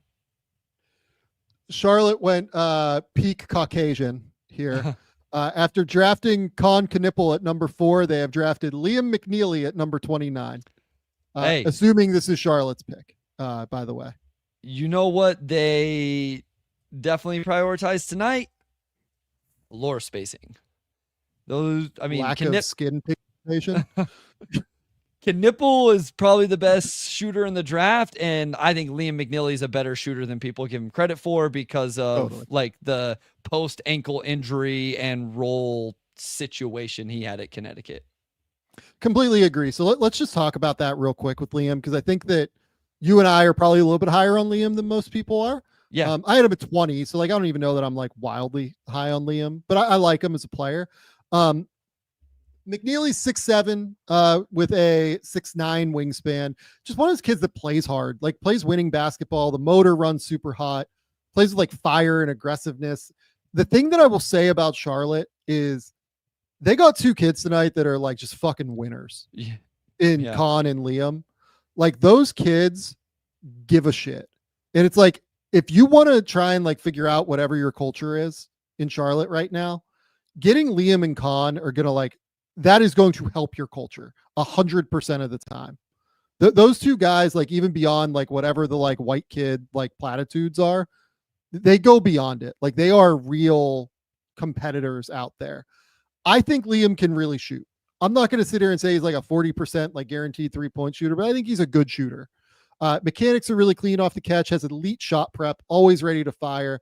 Feet are pointed to the rim with 10 toes, like does a great job getting his body turned, can shoot off movement, great balance, great at flying around screens, finds separation easily, despite the fact he's not a great athlete, like off of screens because he just knows how to tightly come around them. Makes shots going to both his right and the left, can make shots like off of curls in the mid range. Just took a ton of shots off of movement this year. Like is a super valuable player. And then he had to play on the ball a lot this year too, because Connecticut did not have a point guard. Yeah. And I think that he is a guy that will probably stick in the NBA as a rotation player. He's tough. He's physical. He competes and he can shoot. Like give me that kid at the end of the day. The Charlotte Hornets were 28th in 3-point percentage last season, Sam Vecenie. And I think that these two guys are in the rotation next year. I think Khan obviously will be. I think Liam McNeely probably comes off the bench on the wing for them. I think that's going to go up. Like they addressed that. Now they don't have a center. They got to figure that part out. But in terms of, attacking one weakness, they did it, twice here with these two guys. And I'm with you again. We've said it multiple times now. The shooting numbers, I don't think do it justice what he is able to do. I think he's an off-ball advantage exploiter. I think he's a team defender. There are going to be limitations defensively with some of the movement and all of that, but I think he's a tough kid. I mentioned it with Cooper Flagg earlier. I've been watching that Mount Verde team going back a couple of years, and McNeely always stood out with just like he would step over and take charges. He would dive on the floor. Like he plays with a real intensity and attitude that I think just helps the culture of your team. So I love this for Charlotte at 29 in this draft. Yeah, and now at 30, I'm going to bet the Clippers take a big. I'm going to take a guess and say Reynaud is who the Clippers go with here. Okay. Assuming that they keep this pick. That's a guess. But not so that would be why feel like maybe Cockbrenner for them over Reynaud? Yeah, just my read on it. Like I'm kind of taking a guess here. So far, right? So Liam was my last guy in the top 20. Noah Penda is my best remaining player at 21. I'm high on Penda compared to the consensus. I'm not surprised that he's my last player or my highest player remaining, right? Beyond that, it's Kalkbrenner at 27. Like, I mean, I guess Penda could go here. Like, I guess that wouldn't totally blow my mind, but like, we're talking, and then 28 and 29 are gone. So it's 21, 27, and 30 are the only guys left for me in my first round right now. And one of these guys could theoretically get taken here. It is a big. So my people are Rasheer Fleming, Penda. There's no way that they did this. Penda, Maxime Reynaud, Cockbrenner, Adu Thiero are the best names I have available. Oh, buddy. Did you see it? Okay. I have seen it. We will talk about it when it happens. Real quick, shameless plug. A lot of the names that are coming off right now, including the one that's going to come at 30, you can go check it out on the Motor City Hoops Substack. I have video breakdowns of a lot of these guys here at the end of the first, and then a lot of the guys that come off the board early tomorrow. So motorcityhoops.substack.com. Go check out the video breakdowns over there. Yep. Okay. So we are at a point where we have one pick remaining. Fun night. Like a fun night, a weird night in some respects, where we had freaking Hansen Yang go in the first round. Unbelievable. Like genuinely unbelievable that he went in the first round. What other weird things happened for you tonight? Brooklyn taking 5 first rounders. So honestly, Brooklyn using all 5 first rounders and not being able to get off of any of these picks is more surprising to me than Hansen Yang going in the first round. Ooh, that would have been a fun bet. Yeah, so I think Yeah. I think the Nets using all 5 and the way they use them was very interesting. The Suns scenario of like the Mark Williams trade coming out immediately at the same time as drafting That was pretty bonkers. a center. That's actually one that's pretty weird. Yeah.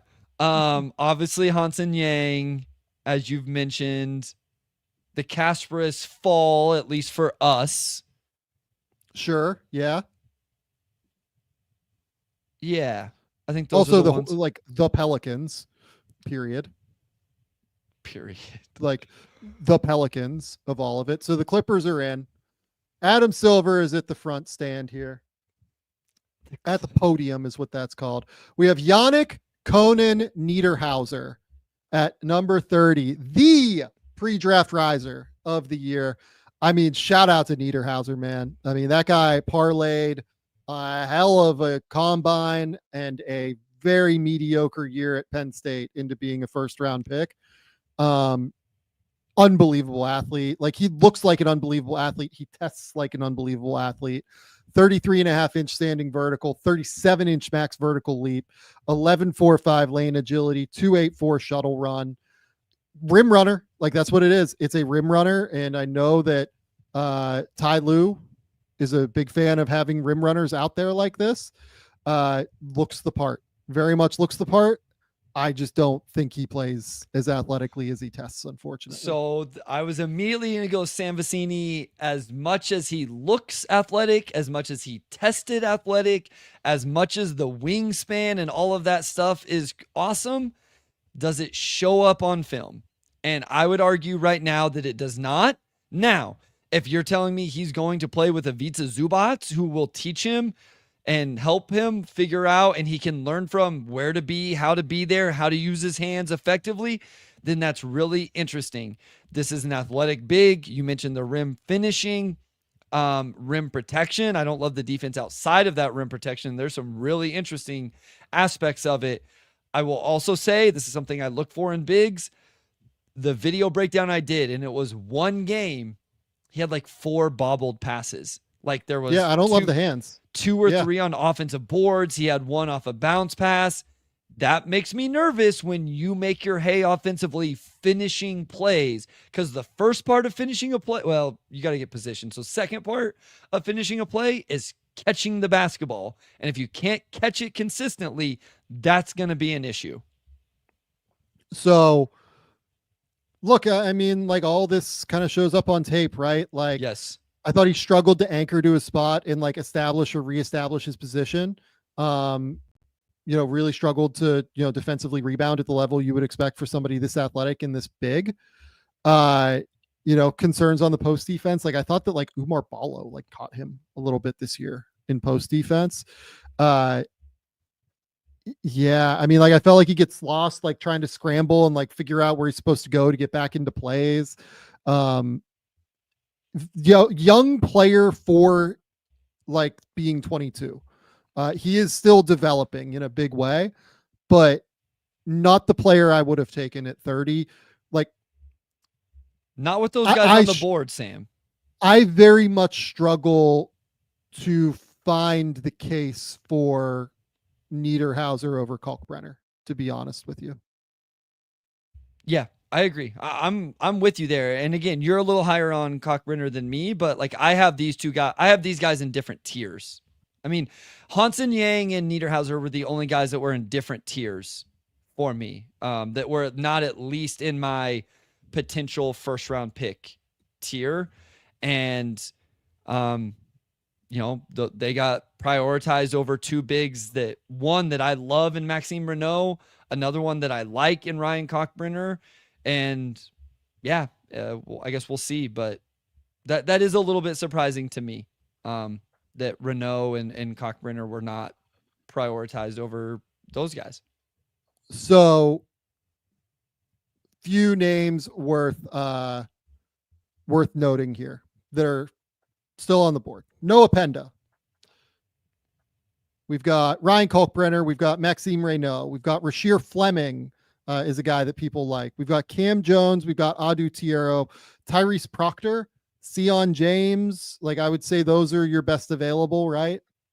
Something like that. Nope. Those are all the names you mentioned are the tier of players I have left as potential first round picks. I like Alex Tui. Like I would love to see him go in the top half of the second round. Jameer Watkins is interesting to me. You have the floor spacers in Kobe Brea and Chaz Lanier. You have some other bigs like Rocco Zakarski. Yeah, I mean, the second round will be interesting because, there's going to be some names.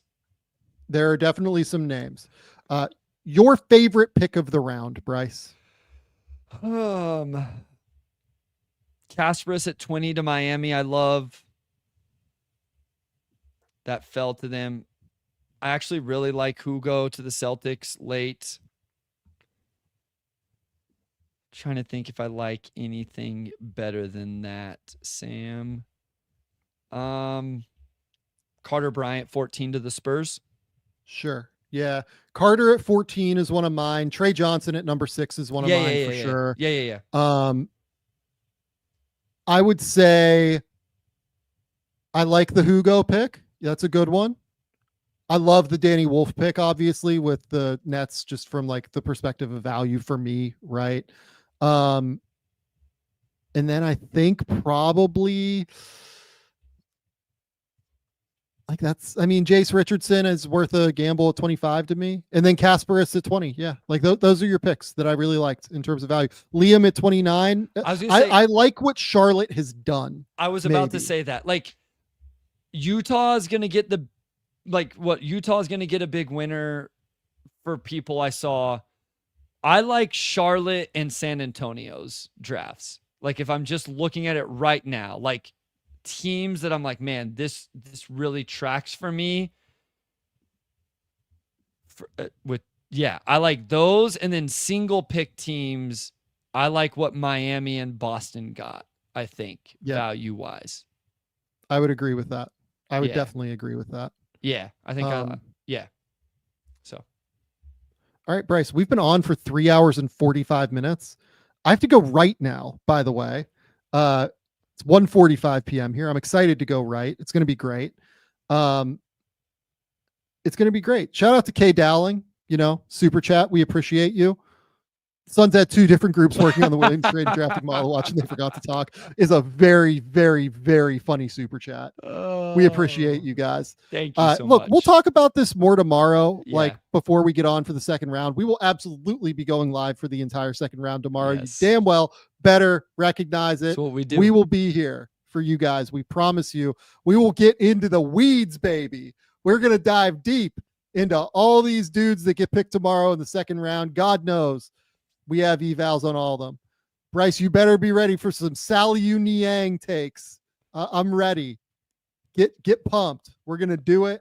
I am ready, and I am excited to go through this.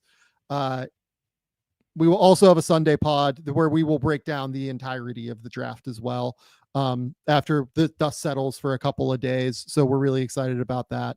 But Bryce, tell the people where they can find your work. Tell the people what's going on. Yep. I'm going to go eat supper after this. I'm going to go to bed, and then I'm going to go cut wheat tomorrow. So the abundance of the crop hopefully will be good. And then we'll be back for the second round at Motor City Hoops on Twitter, on Blue Sky.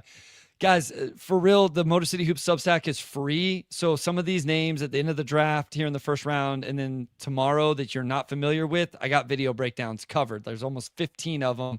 So go check that out. It's a little Pistons focused, but not enough to be annoying for you.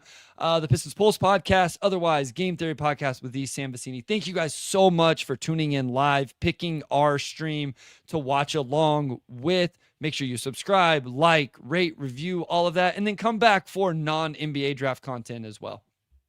So we appreciate all 31,000 people that stopped by throughout the course of the evening. So kind of you. We appreciate you immensely. Go hit the subscribe button. We're up over 50,000 subscribers now. Thank you all so much for supporting the show, joining the show, being here for us.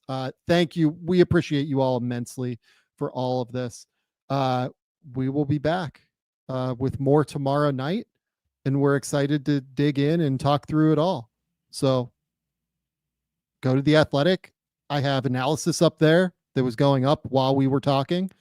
I have stories that will be going up. I will have a second round mock draft going up quite soon, actually. Who's going to the Pistons, Sam? That's all I care about. I've Lanier listed to the Pistons for now. So yeah. Excited to talk through it. But until next time, we'll talk soon.